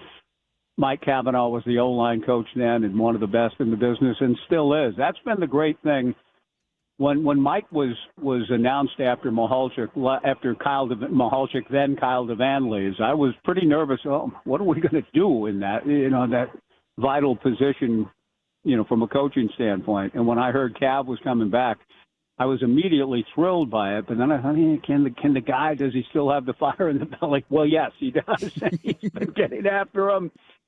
And Ryan Gunderson, the O coordinator, has told me that it's just been Cav's going to get the absolute most and best out of the group that he has. There's still some guys coming back from a health standpoint that will improve it, but Cav knows how to scheme. He just knows how to get the most out of his players. So I'm a little nervous about it. I don't know how good overall the group's going to be, but it'll get better as the season goes. But they need to be pretty good against a good Cal defense Saturday night. Yeah. That's good right there. That is right there. That's great to hear from him, isn't it? We've actually been, we'll let you go on this, Doc. We've been thinking about you for a while up here because we, about a month ago or a little over a month ago, the Fan is now on FM in Portland. It's a glorious day here on the Fan, and you were one of the long-standing legacy employees in Fan history. OG voices. One of the OG voices way back in the day. And every time we talked about the history of the station and favorite moments and hosts, your name always gets brought up, from people who listened back then. And so we've been thinking about you now that the Fan's on FM. It's great to talk to you because it means college football is here. Can't wait to hear you on the call on Saturday night. Thank you as always, and happy college football season, Doc. Hey, it is so good to be back. I look forward to seeing you live and visiting with you as the season goes. And congratulations on being on FM.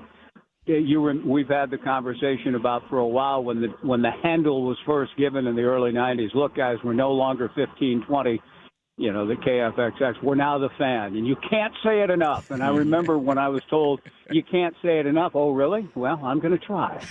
So everything became, well, it's great to be with you on the Fan. Now, coming up on the Fan today, we're going to have so-and-so on the Fan. And then tomorrow on the Fan, we're going to have, and then Thursday on the Fan, we're going to bring in, Dr. Jack Ramsey will be on the Fan. We'll visit with him on the Fan. So I tried the best that I could my boss said, you can't say it enough. Okay, well, listen to this. And I tried. He did say, you can tone it down a little. But because of that, ever since, everything's been on the Fan. And I still, Roberto Nelson and our basketball coaching staff on the men's side, he sees me and says, Mike, how's it going on the Fan? That type of thing. So I'm glad the legacy of On the Fan is still alive and well, and it is in Corvallis, I can assure you. I had my 9-year-old guys. Doc. I had my 9-year-old finish a chocolate milk, and she pounded it and said, "On the Fan." There you go. We love talking to you on the Fan. Proud moment. Love you guys. Thanks for having me on. Appreciate it. We'll talk soon, I hope. There you go. Mike Doc Parker, longtime voice of the Beavs, one of my favorites. Getting ready to call another season of Oregon State football, which begins Saturday night against Hog Cal. 'em up, Sikorsky. Kavanaugh's back in town. Gunderson's got a quarterback that can throw the football this year, and they got a chance to start 1-0. Fun game Saturday night. A comment from an athletic director below the belt, and he looks like an idiot. Let's talk about that next. 105.1 The Fan.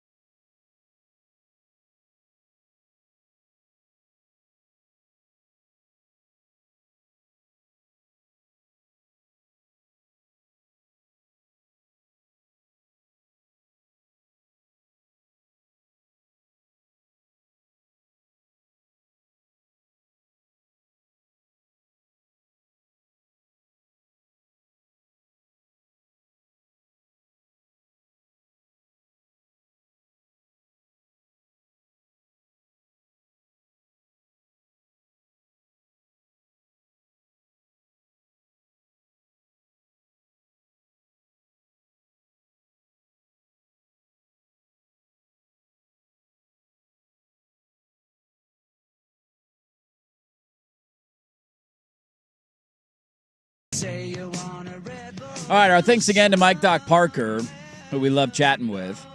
By the way, swag 1 minute. 1 Yeah. minute. I loved this from Dylan, P1 YouTube P1 Dylan chimed in. He said, started late on YouTube. Hearing the segment about forgetting dates made me realize I have 2 weddings to go to this fall that I did not think about when planning things. We're all the same. Yeah, you get to save the date if you don't put it on the calendar, and somebody invites you on like a camping trip. You're like, yeah, dude, or a duck game or whoever you're a fan of. Like, oh, we're going to a Beaver game that weekend? Sure. Totally space on it. How about these shots that have been fired? Pew, pew, pew. Pew, pew, pew, pew, pew, pew, pew. And of all the places and all the people to be taking a shot, really? Okay. This comes to you from the athletic director at UNLV. Mm-hmm. His name is Eric Harper. UNLV has been one of those teams that I think people on the West Coast and the old Pac-12 footprint are like, why would you not join with Boise and join the Pac? Like, what are you doing? They had UNLV? a weird Nevada thing that was We don't want to leave Nevada, but we can't leave. So he was asked about remaining in the Mountain West Conference. Eric Harper was. And he said, and I quote, "For one thing, the Pac-12 is no longer what it once was. It's the same logo, but without USC, UCLA, why is UCLA included? Oregon, Washington, Utah, not the same conference, and that's no disrespect to those schools in the Pac-12 right now, which, yes, it is, first off. And the easy rebuttal to this is, you lost Boise State.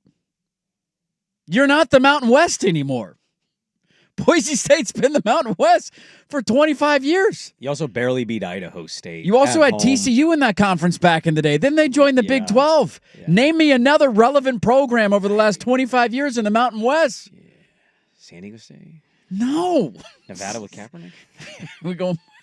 How far back? Marshall Falk? How far back are we going, San Diego State? I saw that comment, and I don't know, man. It doesn't even hurt. I just like roll my eyes. No, because UNLV it doesn't make or break the Pac-12. No. It's hilarious to literally this Mountain West is the same thing.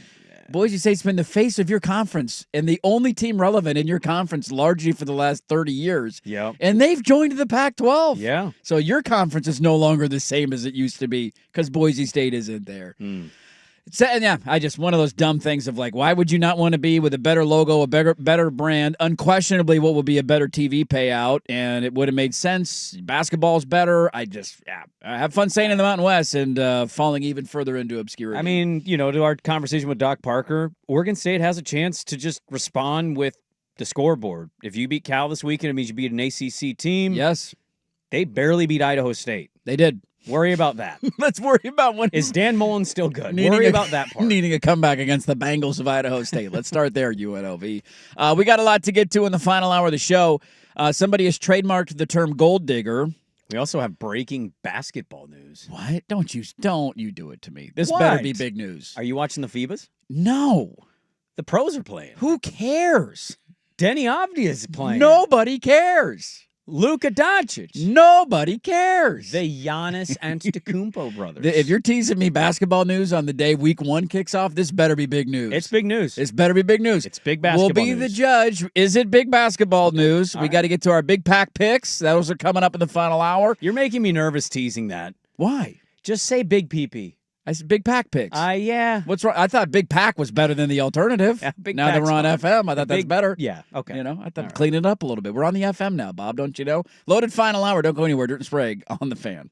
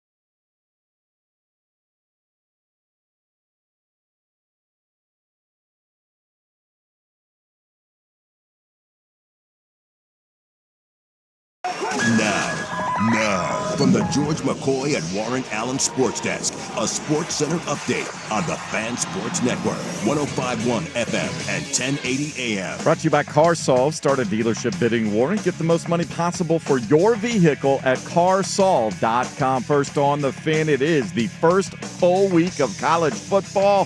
5 straight days of action beginning tonight. Number 25, Boise State, the only ranked team in action, hitting the road to face South Florida and Tampa. 2:30 p.m. kick on ESPN. Broncos 6.5-point favorites. Tonight on 910 ESPN, Portland, 6 o'clock kick between Cincinnati and Nebraska from Arrowhead Stadium in Kansas City. Cornhuskers 6.5-point favorites. Our pregame coverage will start at 5:30. Mariners traveling east today after taking the series from the Padres with a 4-3 win on Wednesday. They stay a game and a half behind the Astros in the chase for the AL West crown. They begin a 9-game road trip tomorrow in Cleveland against the Guardians. More sports scores and stories in 30 minutes. Jason Swigart from the George McCoy and Warren Allen Sports Desk. Hurt, missing work, insurance companies acting like jerks. Don't call your mom. Call George McCoy at warrenallen.com. The home of the first.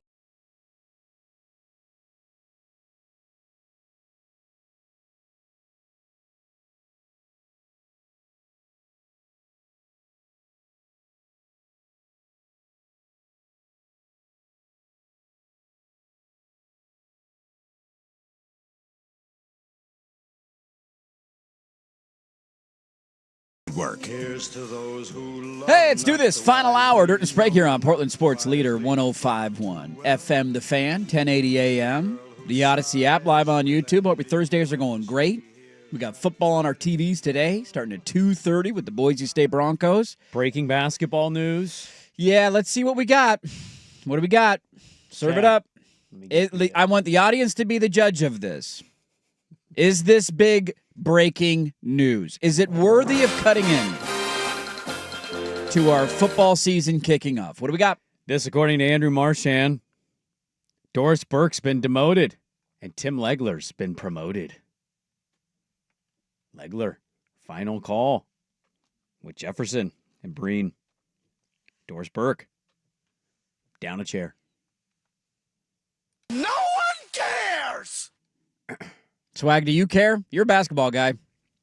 Is this big breaking news for you today? This is not big breaking news. It's curious. I don't think I ever used the term big breaking. I said we have breaking basketball news. I think big was included. I think I big was don't included. think included big. Check the tape. Was there big? No. Could have been big. I don't think Doris Burke's done anything to To what? Say it. be demoted. Well, apparently to ESPN she has, and Legler's been promoted. So now Legs is awesome. Mm-hmm. I would say if anybody probably didn't need to be on that broadcast, it might be Richard Jefferson. Really? Wow. He got an extension. I understand. I like him in the studio. I like him in NBA Today, but he tends to be squirrel during a game. They're going sexist. You're going racist. Yeah. And if they're what do you got against if Richard he's Jefferson, on the biggest games, I would hope that those games are the most import and impact to a season. It's like when Walton's doing a game. Look what you did. I told Look you what it you was did. news. I told this you it was isn't breaking news. news. This isn't news. It is news. It's not news. It's breaking Nobody news. cares. There you go. This is the NBA Finals broadcast. In June. What if I told you Fox announced that Brady's being demoted from the Super Bowl and Greg Olson's being promoted? I'd say good. They pulled their head out of their ass. Now they let's move on. finally got that right. When's but I the tell first you, game? that's breaking NFL news. We don't need to do a segment on it, Swigard. Interesting you like the white guy being promoted.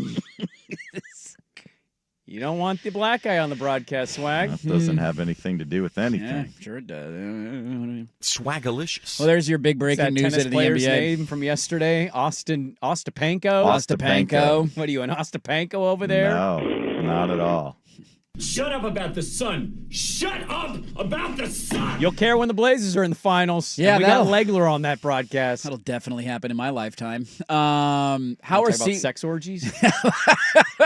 How are Seahawks fans adjusting to their team copying Oregon uniforms? Are they going to embrace those this year? How does it feel? God, this brings a smile to my face. This is literally a Duck uniform. They literally stole Oregon uniforms. Yeah, so did Arizona, but they just changed the color. They did the McFlurry uniform Arizona did. The Seahawks got little feathers on their shoulder. They're so cute. Way to go, Seahawks. Embrace the duck uniform, man. That's identical. I love it. It's fantastic. All right, we got a lot to get to. Our big pack picks are coming up here in about 10 minutes from now. I never said big breaking. I know you didn't say breaking. You said we have breaking news in the NBA. That is breaking news. I will grant you that. Breaking news. Not segment worthy. Brutal to demote her. I mean, it doesn't really I'm not saying impact she's me. amazing. It just makes I'm not anti-Doris Burke. It's also not news that I'm like, that's a bummer. I still think the 3-man broadcast is ridiculous. It should just be Legler. Oh. I like Legler. Legler and Breen? I'm okay with Legler and Breen. I'm okay with that. Although I think the TNT crews are largely better. Hot take for you. A banging Legler. I want a banging Legler. Yeah. That'd be fantastic. How about this from yesterday? If it can't get any cringier, don't worry, it's going to get cringier. On a day where they named a starting quarterback, and that probably should have been the biggest announcement around the program. It was not the biggest announcement around the program because something else happened yesterday. Mm-hmm. Let me find, where's that drop? Yep. Need a drop to make it sound even better. Hold on. Wait. I don't know where the hell it went. Oh, here it is. Yesterday, Bill Belichick and his girlfriend, Jordan Hudson, filed a trademark for the term gold digger. Not talking about this. No. No. Why are they filing a trademark for that? Because, thank you for asking, Brandon, their intentions after filing the trademark, if they are granted it, they want to use it to create a line of jewelry and keychains. Called that? Called gold digger. They also have filed trademarks for the term Chapel Bill, Yeah, I know those ones. Those ones are old. Belustrator, Yeah. Trail of Salty Tears. What is that from? I haven't heard that at all. Bringing the Trail of Tears back? Let's not do that. I gotta be No honest. days off in the Belichick way. I'm rooting, and I shouldn't. I'm rooting so hard against this.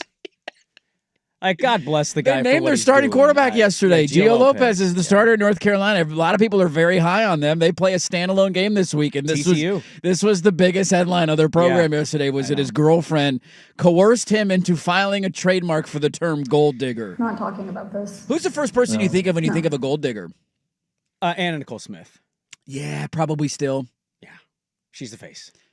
Yeah, was this a thing? Like, was Can you that think of a bigger one? When did the term come about? Like, you're older than us, Swag. Has that I'll always Google been it. a term? Like, when did that become a part of the American? Oh yeah, that was always dialogue. Is it from people who were widowed from war finding people with money? I don't know. I don't know what the genesis of it is. When divorces started becoming more prevalent in the country, It and has you dual started- origins according to Google AI. and you started seeing older established Appearing in print men. Dating around younger women. 1915 Yeah. and gaining widespread use after Avery Hopwood's 1919 play. Okay. The figurative term was popularized by this play and was rooted in early 20th century slang used by choir girls and sex workers to describe women who married wealthy men for financial gain. So it's been around for a long time.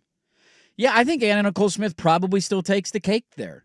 I don't know if anybody will ever top that. Can you 'cause he think of was a like close second? He was in like he wasn't even like 100 or something? decrepit. Like he couldn't move. I don't even know if he knows he married that woman. He might have died and been like, what? He had that perma smile. Ah, just like his face never moved for the last 10 years. Kind of like our last president. Alive? Is he alive? Is he moving?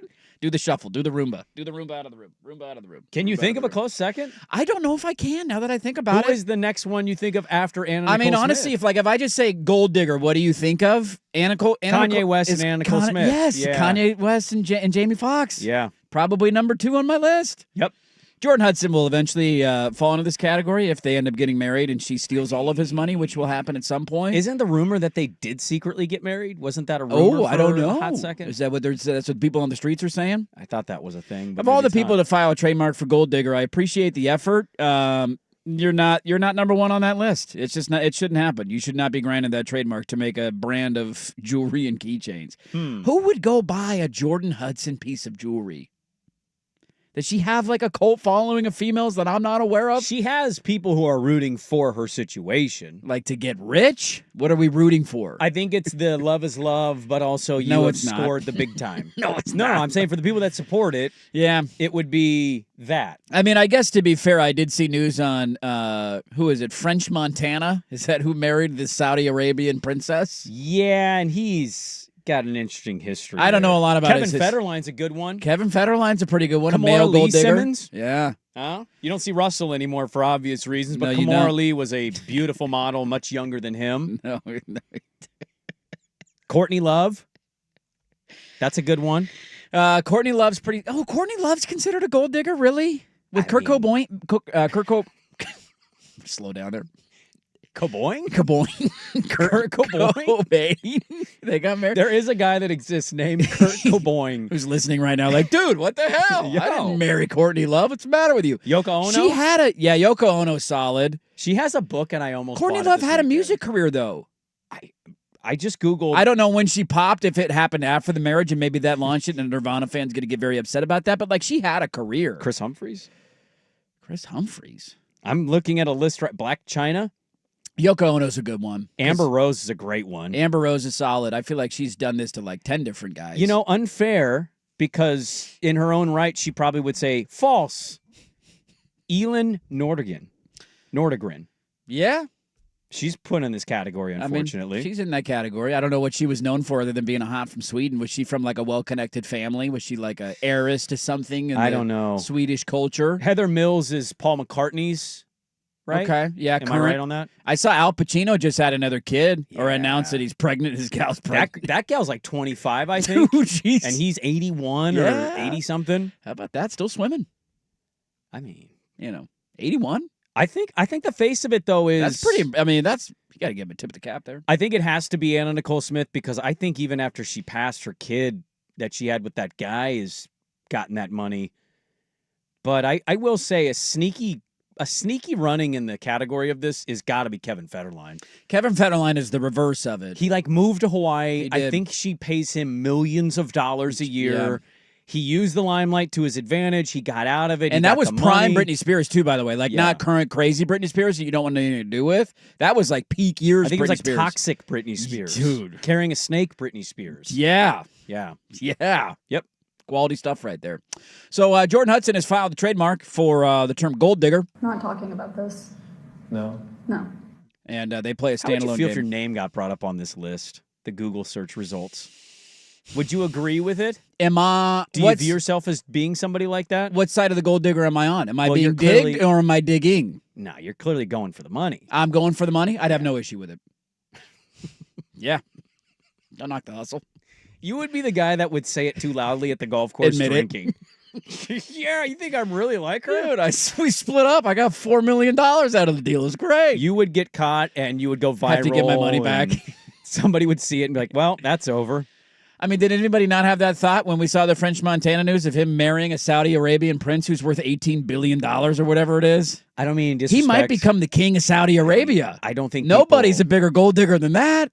I don't know how famous French Montana is, so I don't know how many people saw that news. That's just like a whole nother level of like, that's not like Bill Belichick's worth a lot of money. She's getting something out of this deal. Sure. We this know is, what she wants out of this This deal. is Aladdin and Jasmine. That's like Saudi prince. I mean, that's oil. That's I agree. some deep.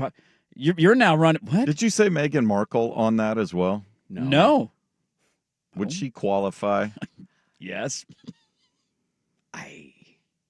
I don't. Yeah. She's now doing it on Netflix too, where she's like trying to do this whole "look how hard my life is" and Some of these people- watch my Netflix documentary so I can make millions of dollars off of this. Some of these people I'm totally comfortable talking about this. Like other people, I'm not.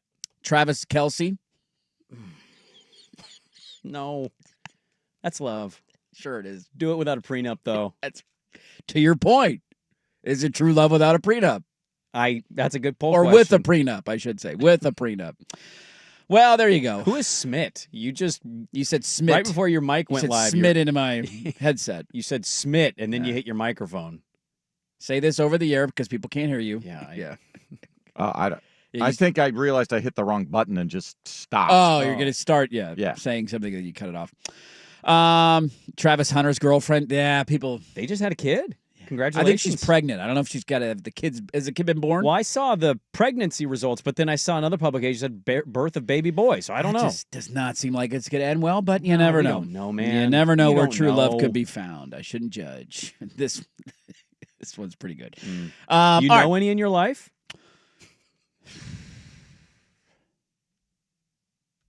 don't think I do. Mm. I don't think I do. Varying definitions of it for sure. For sure. Yeah. Yeah, there's none that stand out. I don't know if I have any friends that make that kind of money. Nor do I have any friends that married into well. Oh. I'm not friends with him. I know a guy from college who married into a very wealthy family. But did he know it dating her? Yes, you can't not know it. Like private jet rich. Like you can't not know when you're dating somebody. So like before he even approaches that I don't know. I don't know if he knew that. I don't know. I don't know about that. Okay. But once he got into the dating scene of that family, you're not walking away from that. I tell you right. Well, okay, but that's intoxicating. You start flying on a private jet, but for also, family vacations. The kind of person that he literally doesn't work. He's our age or my age, and he's just chilling. He just lives in a mansion in Central Oregon. Really? What's he do all day? I don't know. I don't know. See, in this situation, I think I'm trying my hardest to show you that, like, I know how it looks, but I'm not here just for that. You're going the extra mile. I think I am to show the true love. Well, not just to show the truth, but to just even let if it you doesn't know exist. that, like, it's not about that. What if it is though? Well, I mean, you still put on the act. Yeah, I guess you got to mislead people. I guess throw them off your set. Who's ready for the big pack picks? You guys ready for the big pack picks? See, you just said it wrong. No, I'm not going to say it wrong. Let's do them next on the Fan.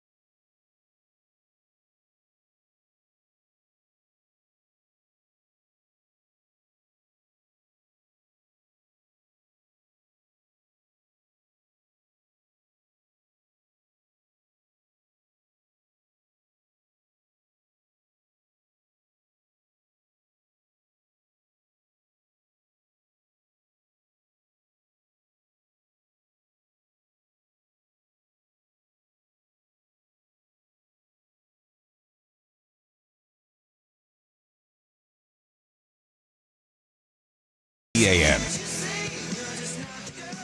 All right, welcome back in. Somebody asking if I'm on crack this morning. No. More caffeinated than usual, though. Why is somebody asking you that? I don't know. Feeling good. Wait, somebody else said they'd Feeling rather touch lazy. themselves with sandpaper than talk about the Ryder Cup. Are you listening to yesterday's show? If you're texting that in right now? Because we have not mentioned the Ryder Cup at all today. Are you on the wrong day? I think you're on the wrong. I think you're on the wrong day right now. Anywhoosies, let's get to our big pack picks. Why do they do the Ryder Cup at that point of the When else are you season? going to do it? I don't know. Yeah. Because major season just wrapped up. You wrap up the PGA Tour season, and then you want this little kind of ramp up momentum to build. There's not really another spot for it on the calendar. That's the tough part. You can't do it in the winter. It's just like basketball being played on Christmas Day. Yes. Now nobody watches. Yes, it's just the timing of it. It's like, that's a bummer. Mm-hmm. That's actually one of the reasons I do like when it's in Europe is because it kind of goes on in the middle. Like, it's not interrupted by football because it's on in the middle of the night at It's midnight. one and all of that the stuff. reasons it may never be on the Pacific time zone ever again. All right, let's stop that listener from touching himself with sandpaper. Let's get to our big pack picks. So, for those who are new to the program, welcome. Hello. That's got to be a top 3 worst painful things to do, by the way. That would be painful. I agree with that You don't assessment. need to do that to yourself. No. You don't. For any reason. You don't. Expired. Yes. Here is how it works. The Big Pack picks are 4 teams, and we will pick their games against the spread every single week. Keep track of our records, our win-loss, have some fun with this. It's a great way to preview all 4 games, give some thoughts, give you a gambling angle if you're interested in it, and give you the kick times and all that stuff if you are curious. So it's the local 4 schools. Oregon State, Washington State. There you go. All 4 of them. Last year, our records, Brandon Sprague won with 26-17 was your record. Woo. It's a hell of a year. Look at that money. I was 24-19, and Jason Swigart was 23-20. All of us above 500. All of us last year. above 500. Congratulations, everybody. No So- shame there.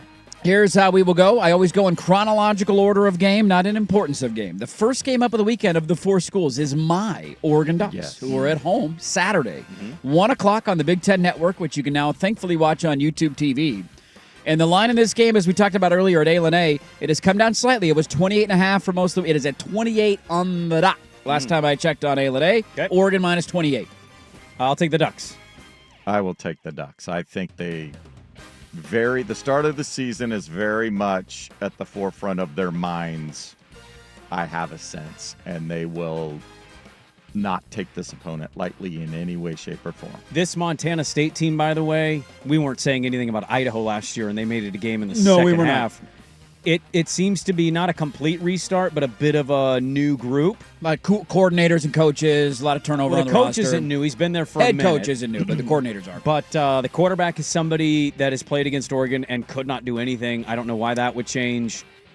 I don't think it's quite the Montana State team of years past, and so I think because of that and the focus part, I just kind of tend to see like a 47-17 blowout here. Yeah, I think it's a cautionary tale of like because one thing went one way doesn't mean the other thing goes that way. Like just because you struggled with Idaho last year doesn't mean you're going to struggle with Montana State. Oregon largely wins these games in blowout fashion. You tell me it's a push. I guess that's not surprising maybe if it happens, but if I'm leaning either side, it has to be Oregon winning by more than 28. And I will take the Ducks minus the 28. Next up, the interesting part about all 3 other games is they're all night games on Saturday night. They're all 3 going to be going on at the same time. You have Washington playing at 8 o'clock on the Big Ten Network. Yeah. You have Washington State at 7 and Oregon State at 7:30. So all night games. Next up on the kick time list will be Oregon State. They are at home against Cal. This is a 7:30 game on ESPN. 1.5, I believe, is currently your line. Let me double check. No, we're at 2. 2-point favorite for Oregon State at home against Cal. Yeah, pretty simple. I'm going to go Oregon State here. I think that they win this game. The spread is a little concerning. It's not very high for a home team.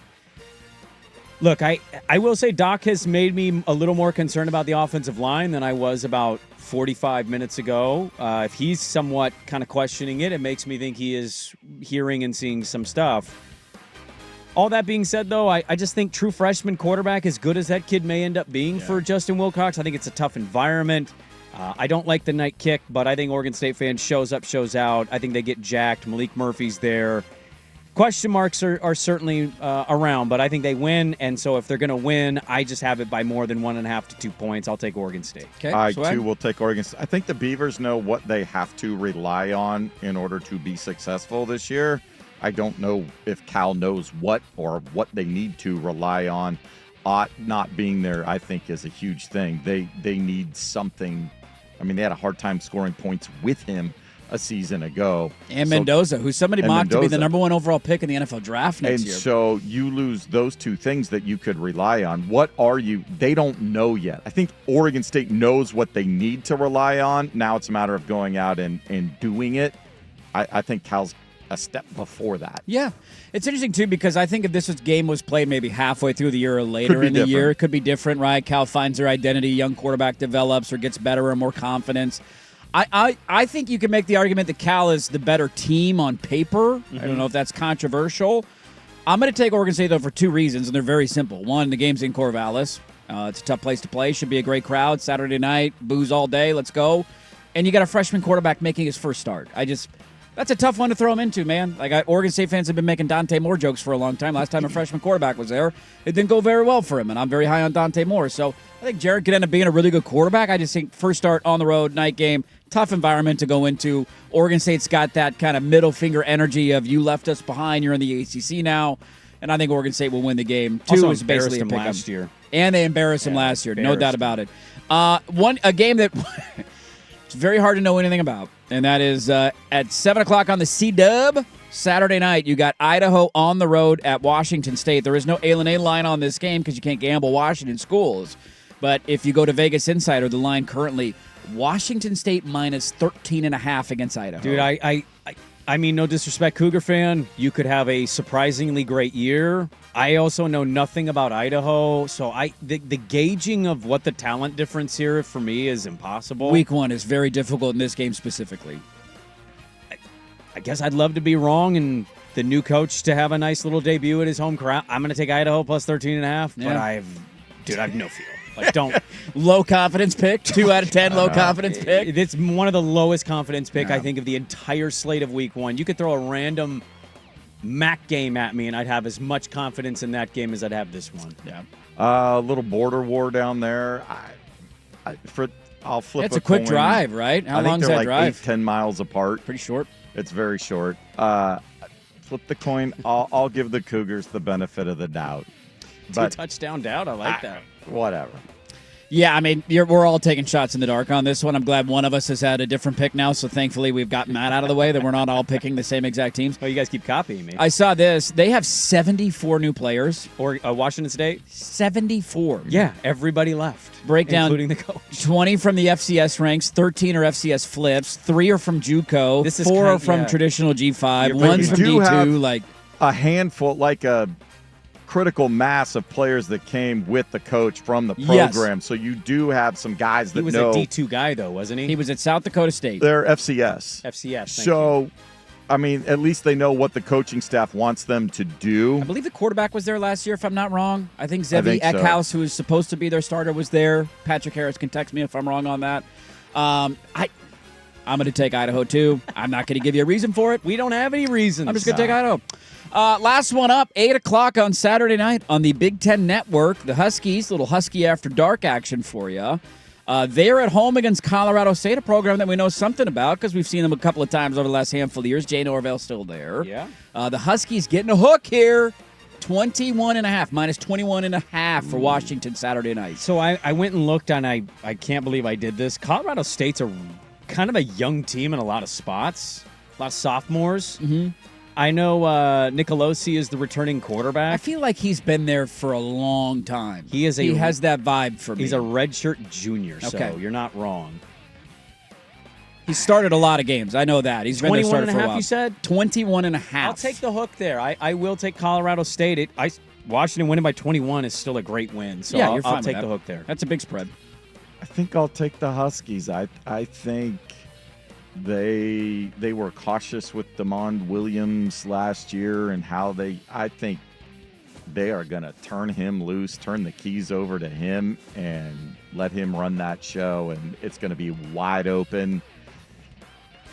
And I just think they're looking to announce their presence with authority to start the season. Okay.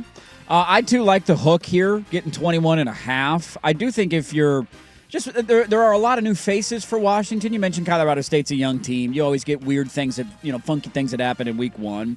Just with new faces, guys transferring in. They're starting a freshman. It sounds like the offensive line that they're very high on, but he's making his first career start. One of their true freshman wide receivers showed up in the depth chart, starting at, I think, in the slot for them. And so they're new faces. And I think it's a different feeling for a quarterback who, yes, got a little taste of it at the end of last year. He started the Oregon game and then the bowl game in Damon Williams. But you're going into game one. I'm sure there's some butterflies. The keys are now yours to drive the program. And so you tell me that they win the game by 21. I'm not surprised by that. Colorado State, they can put up at least a decent amount of fight. Like Colorado was a decent team last year. I'm going to go look at what the score of that game was. Well, that was the rematch, and I don't think that went well for Colorado State. Versus Colorado they should have won. beaten them the first year, and they blew the lead. The score of that, 28-9. Yeah, covers the spread. I know. So, tell me that's the kind of final score. I'm not surprised by it. That game was at home for Colorado State. This game is in Seattle. But I'll take Colorado State to cover the 21.5. There you go. Your big pack picks every Thursday. We'll see. 9:15. I haven't quite decided yet where we're going to put it. It'll be in the back half of the show. Have some fun. Look at the slate for the weekend. And those are your 4 games this weekend. We'll tweet out our picks here. And let's get to a little preview of what is going on tonight, man. It starts at 2:30. Boise State making another run at a college football playoff. What does that mean for the future of the Pac-12, having them hold that mantle again this year? Nebraska looking to start out on a good note. We'll dive into some college football stuff for tonight next. But first, here's us with a update. Now, from the George McCoy and Warren Allen Sports Desk, a Sports Center update on the Fan Sports Network, 105.1 FM and 1080 AM. First on the Fan, shout out to the Las Vegas Aces.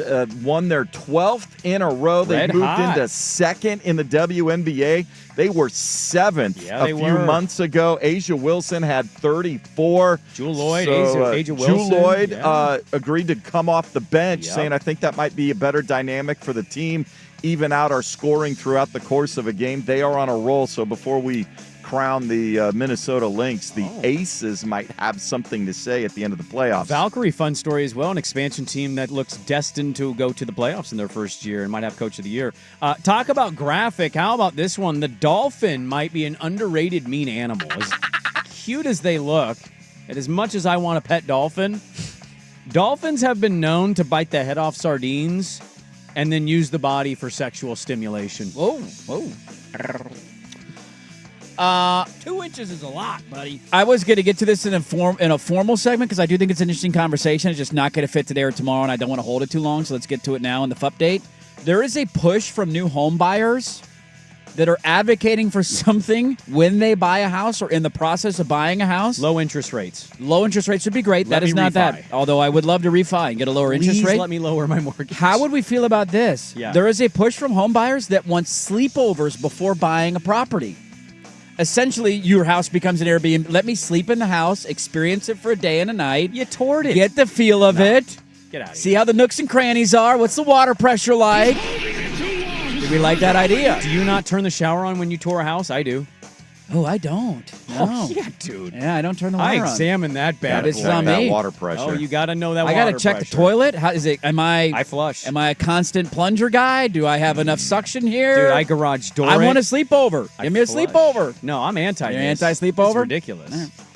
All right, more WNBA, Dolphin foreplay, and house buying stories in 30 minutes. Jason Swigard from the George McCoy and Warren Allen Sports Desk. Hurt and missing work. Insurance companies acting like jerks. Don't call your mom. Call George McCoy at warrenallen.com. The Fan is live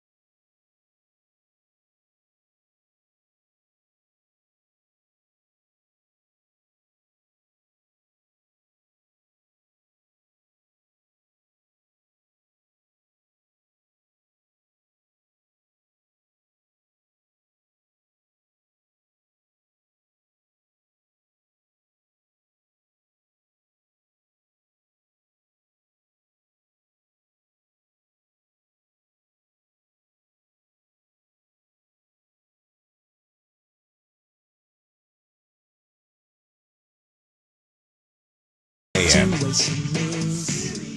Well, college football returns, ladies and gentlemen, tonight, this afternoon. I don't know if I'm more tomorrow. Outraged by the NFL jerseys being shown today, or your sleep in a house before you buy it stance. that one offends you. You don't How like many that people one? sleep in a house and never buy it? There's I don't gonna know. Be notorious people that never buy it. Just wanted for a night. You want a night stay in a house? Too many creaks at night. I'm out on this one. Too many cracks. Thought it was ghosts. Look, in theory, you're making some pretty strong arguments, but I do think there are things. Anybody, like I just recently bought a house and moved. There's always little stuff that you don't notice until you sleep in a place and you're like, Well, I didn't think of that, or I didn't see that coming. Because when you buy the house and you sign the agreement, there is that 72-hour dead period where you can back out of the deal. Yeah, I don't think it's like an open house thing of like, can I just book your house for a night? I get it. And, You get to the so I finish think line. once you get to that point, maybe you can do it then.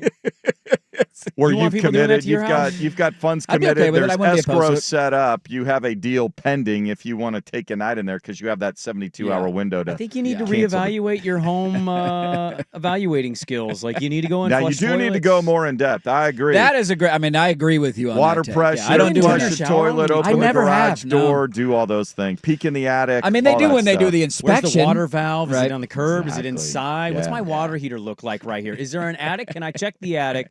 Where's the filter at right now? I got to change that when I get in. Does that fireplace work?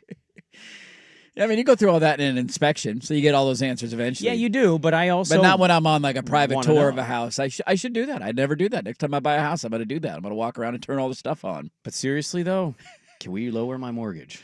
Hey, getting lower interest rates would be pretty solid. I wouldn't be opposed to that. That's a bigger issue right now than not being able to sleep in a house for a night. So grant you that take. Boise State making the playoff again this year. Do anything for the future? Like, does that feather in the cap year one in the Pac-12 back-to-back years if they are the team that gets that nod? Well, you'd be missing out on it. So, well, I mean, you're not actually, going to get they the can't make revenue, it but anyway, right? Oregon State cannot. Yeah, I mean, 'cause unless they they're don't have 12-0 as an at-large, that's the only way they can make it. That's right. So But unless Boise they State go can. undefeated, Yes. and they'd have two pretty good wins there if They would would. beat Oregon, They'd beat- Texas Tech. Yeah. Yes, because you'd get to brag about it. The weird part is it's who's bragging about it isn't them. Like they're bragging, of course, they're Boise State, Sure. but it's not something you accomplish. Oregon State rolling it out like we had a playoff team. Be like, yeah, but it wasn't you. I think it at least brings a level of There's attention to it because respect, Boise like, matters. and you will be considered if they're the because this is last year was the first year it was implemented where the group of five got the auto bid into the playoff, right? Yes, they got to And buy. so this would be year two, and so Boise, if they do it both years, you would be able to point to next year the Pac-12 having the only team that has achieved that goal if they are to do it again. Interesting game for them. The line has been all over the map. Swag told us earlier that it's moved a little bit in Boise State's favor in Tampa tonight, and so 5.5 or today I should say that game kicks off at 2:30. I really, and I don't know if we'll get to this tomorrow because it's going to be a football Friday and there's a lot, but the Cal Oregon State game for me, it's nice to see an old foe, but I keep asking myself, and maybe it won't happen. Like if you're Cal and Stanford, this is not. Yeah. When do you just decide to say we're not making any money in this deal? Why don't we just go to the Pac-12? Yeah. Especially if you've got an auto bid to the playoff. Their pathway to making the playoff increases significantly in the Pac-12. Well, they can tell themselves that, absolutely. Yes. You're not beating Clemson. You're not winning the ACC. You don't have to fly to Virginia or any other Georgia NC Tech State or NC State. I mean, did you see the report that the two teams, the SEC and Big Ten, are going to be vying for?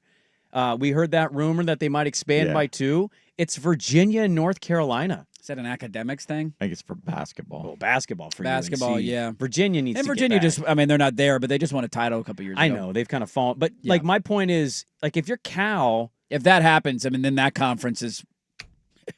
Clemson's going to look to get out if they lose 2 teams. Clemson's going to look to get out. Cal's average view. I'm seeing this from an Oregon State person, so I don't know how accurate. But if it is accurate, Cal's average views for their games last year was 718. You know what Oregon State's were? 913. Yeah. So you have a bigger reach, a bigger conference, and you're still losing. And you're not getting the ACC money. Aren't they doing this? Didn't they volunteer to sign up for this for X amount of years for no? I think they're on they're not a no money thing. I think that was SMU, but I don't know if they're at a full it's share. A tiny amount. I think they're though, a half right? share that's like $15 million a year. I'm shooting from the hip there, but it's not a full share. I know that. Pac-12's right behind it. Less travel. I don't know, man. If I was Cal, I'd be considering this. Us and Stanford going, cool, but Doesn't make sense. Yeah, let's go back to the West Coast. Yeah, just thought that I have watching Boise. I don't really know what to make of Boise this year. I know their quarterback is back. I like their head coach, but Ashton Genty was so much of their offense that they're pretty high on this new back. I forget the kid's name, but they're pretty high on him. And they were super high on Genty going into the year last year, and you're like, damn, that ended up being right. He's an absolute beast. And they're kind of a running back. They're turning into that, man. Yeah, they absolutely are over the last 10, 15 years. And so Boise gets their first crack at making another run at a playoff today at 2:30. College football is back. Take a look at the rest of the slate. Answer the poll questions. Wrap it up on a Thursday. Next, 105.1 FM The Fan.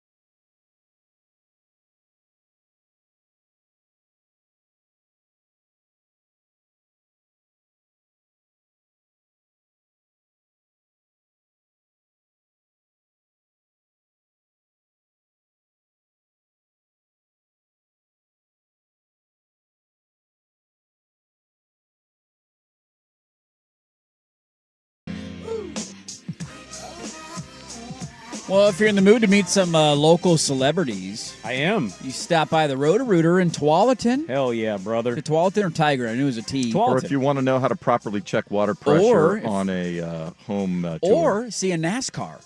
Yes. That too, NASCAR yes. car in person. Yeah, I think you just call it a NASCAR. A NASCAR. If you want to go see a NASCAR. Yeah. In person. Yep. It's at the Roto-Rooter in Tualatin. Coming up in 10 minutes. So go stop by. Yeah. We don't have to do a quick hockey line change today. We get to hang out and fart in my chair a little bit longer. Can they sign a plunger?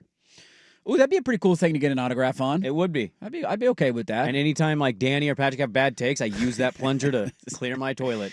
I saw one of the funniest comebacks I've seen from a former professional athlete / media member the other day. What is that? I'm a big Mark Schlereth guy. I enjoy myself some Mark Schlereth. like Stink, huh? I do. I like myself some Stink. I think he's good on games. He's just got a funny sense of humor. He's got axed, man. I wonder what he's going to do next. When he peed his pants on Pardon My Take famously years ago, was a pretty solid moment. He was doing a thing on Shedeur Sanders. You mentioned the quote from Urban Meyer about Shedeur saying, "I'd build my empire around this guy." Dude, what are we doing, man? and I'm going to go back and find it.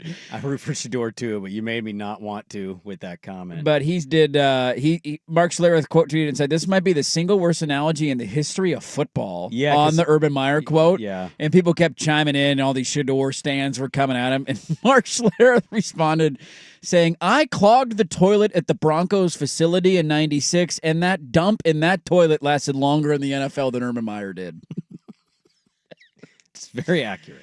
That's pretty good. That's a pretty solid He's comeback. one of the worst coaches in NFL history. And a horrible human being to boot, too. So, 2 for 2 in that category. Catch him on the Big Noon kickoff. Big Noon or Saturday. Everybody will be glued to that. Portnoy Band. Oh What is, I don't know if anything has gotten me less interested in the show than this Portnoy stuff.